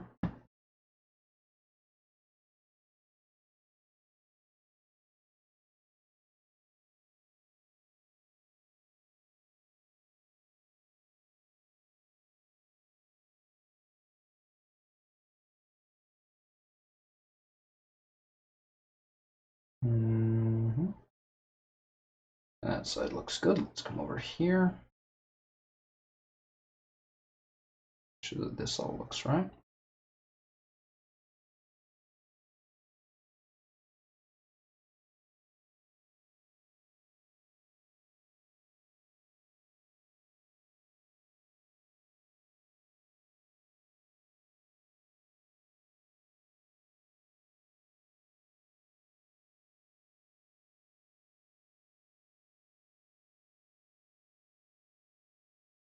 Okay, so that's one. Let's get the other guy.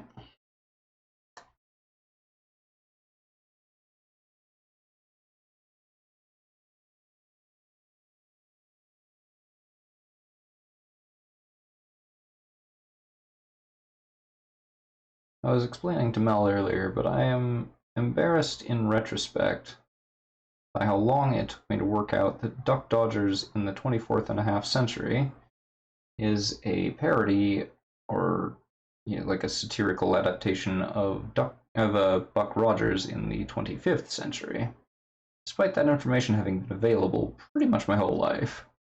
just never occurred to me that it was a parody of something. And then I actually watched Buck Rogers, and it was like, oh, I get it now.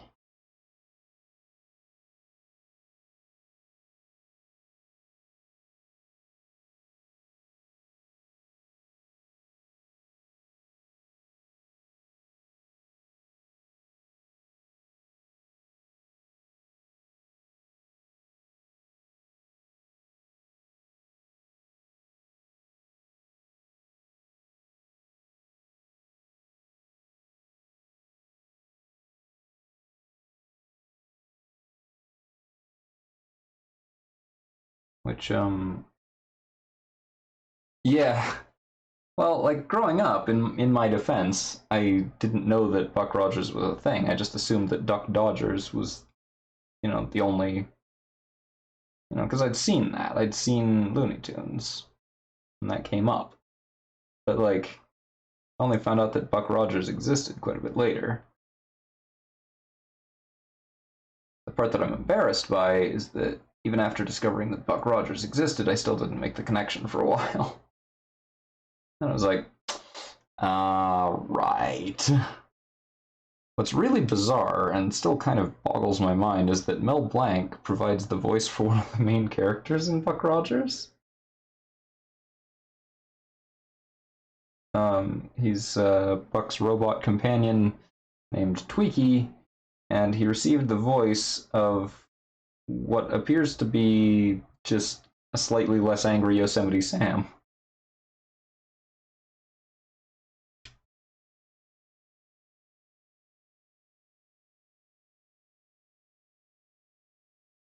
The character himself is super weird.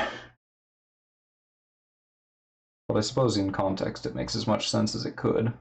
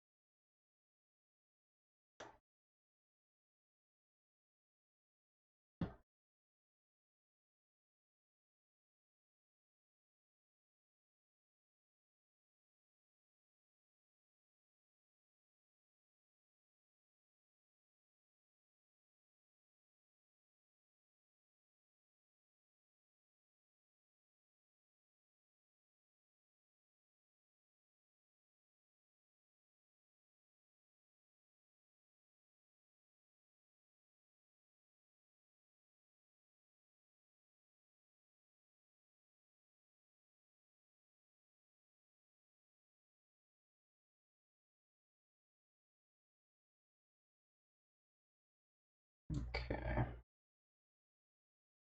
Characters on that show had some weird names, like Dr. Theopolis and Tweaky. Very weird. Very 80s. It's a cultural artifact, I'd say.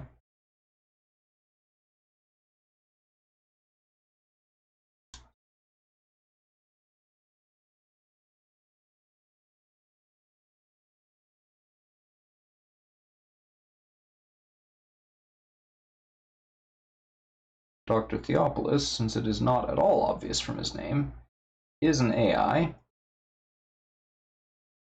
Tweaky is the robot, played by Mel Blanc.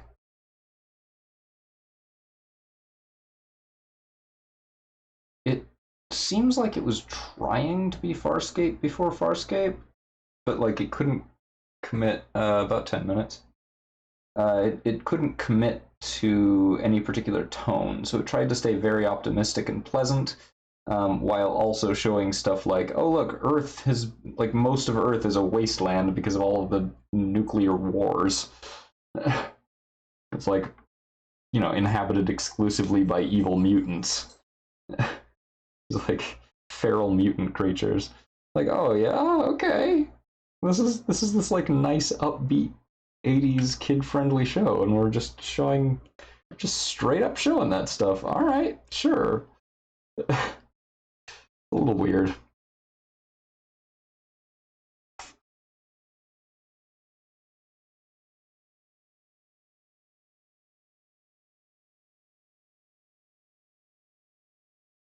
Yeah. Yeah, it does sort of come off that way, which is like it's so strange. It's like they clearly wanted it to have this like deep, impactful, look at what can happen if if we don't properly care for our planet. And then the dashing hero just goes off and has fun space adventures, and we don't speak of it again. It's really funny. Like it's just they couldn't quite commit to the tone that they seemed to want.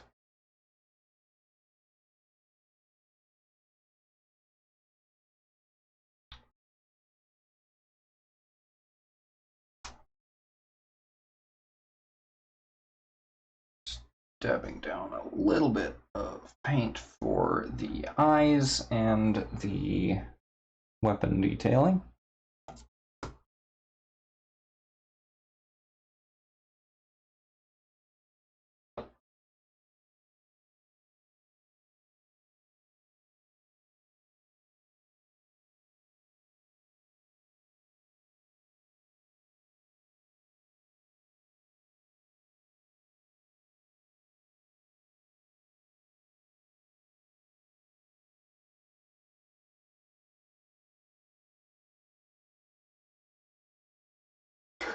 Holy crap, that looks ridiculous.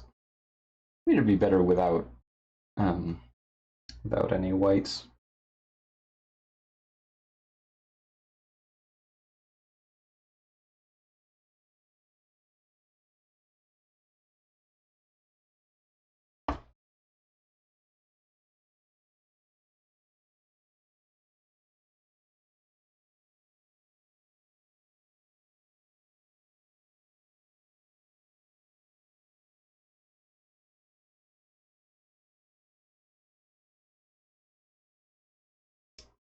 Hmm. This is proving more difficult to get out of there than I expected.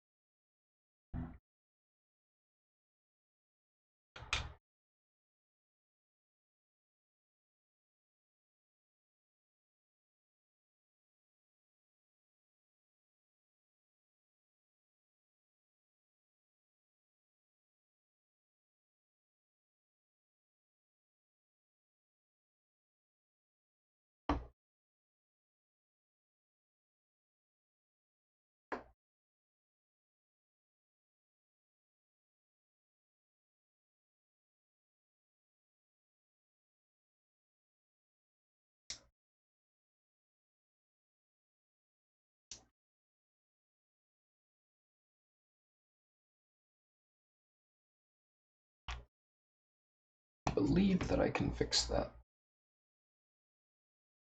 by adding just a small amount black wash in there so that you can see that his eyes have some color, but it's not quite so overwhelming as it is right now.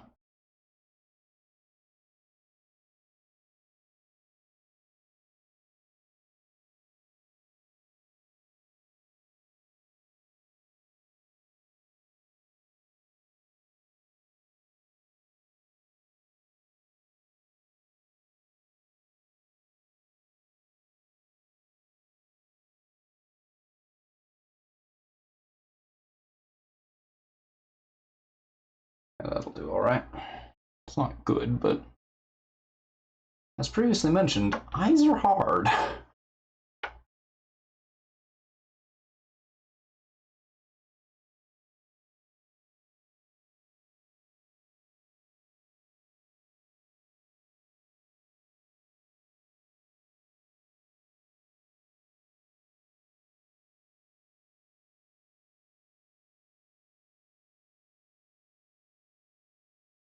So one problem here is that the eyes are sunken way down in their sockets. There's literally just sockets here. Which is not extremely conducive to detail painting.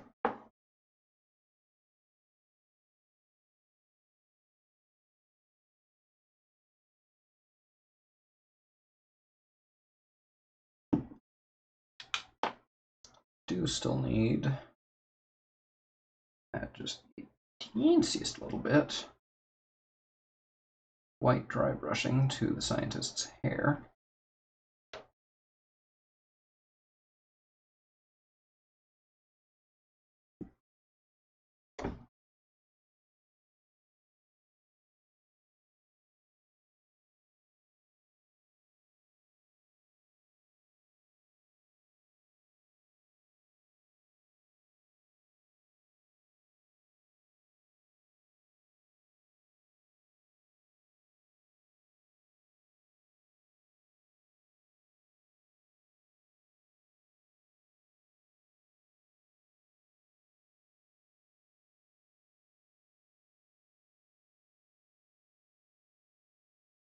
Okay, not quite how I wanted it, but it'll do.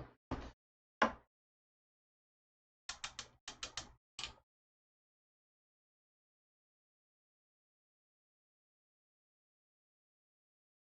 long as it's not overtly unrealistic, I think I can live.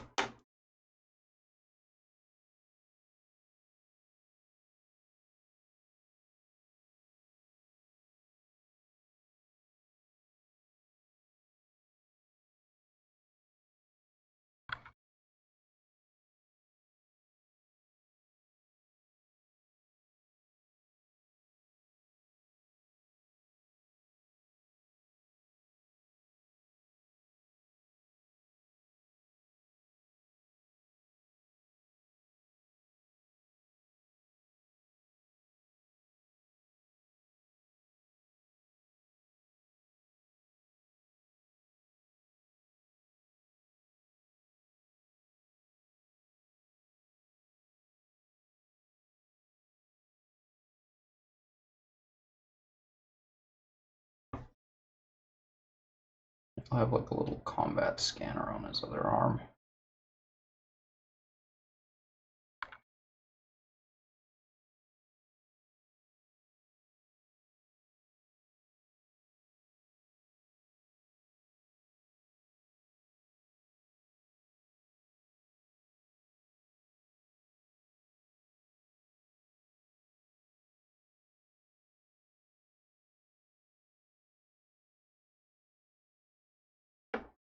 We're going to do the same thing to green guy. They're going to have the same loadout, even though there's not necessarily a good reason for that.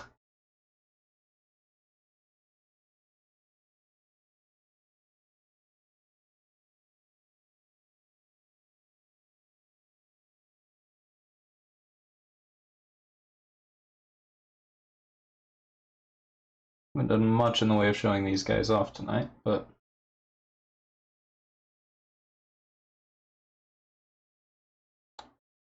we'll get a chance in a few moments.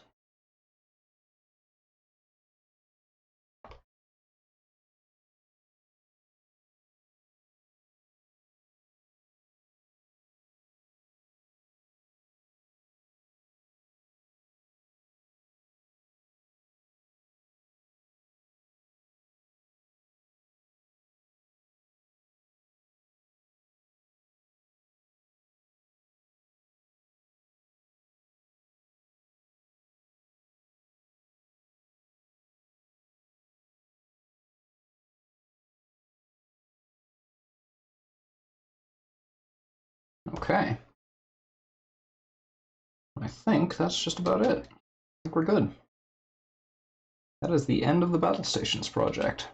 Well, I still need to do their bases, but other than that,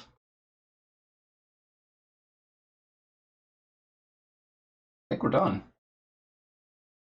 So let's zoom us in for a last look at these two.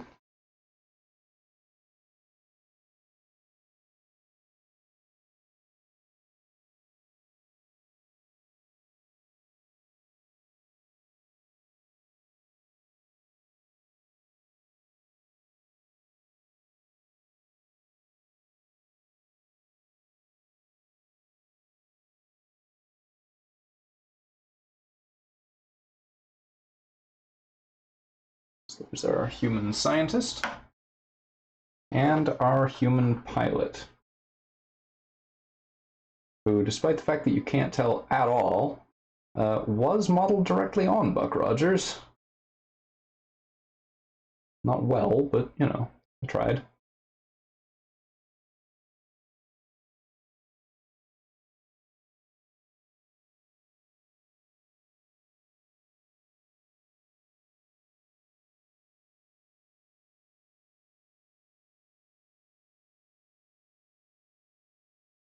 And with that, Battlestations is done.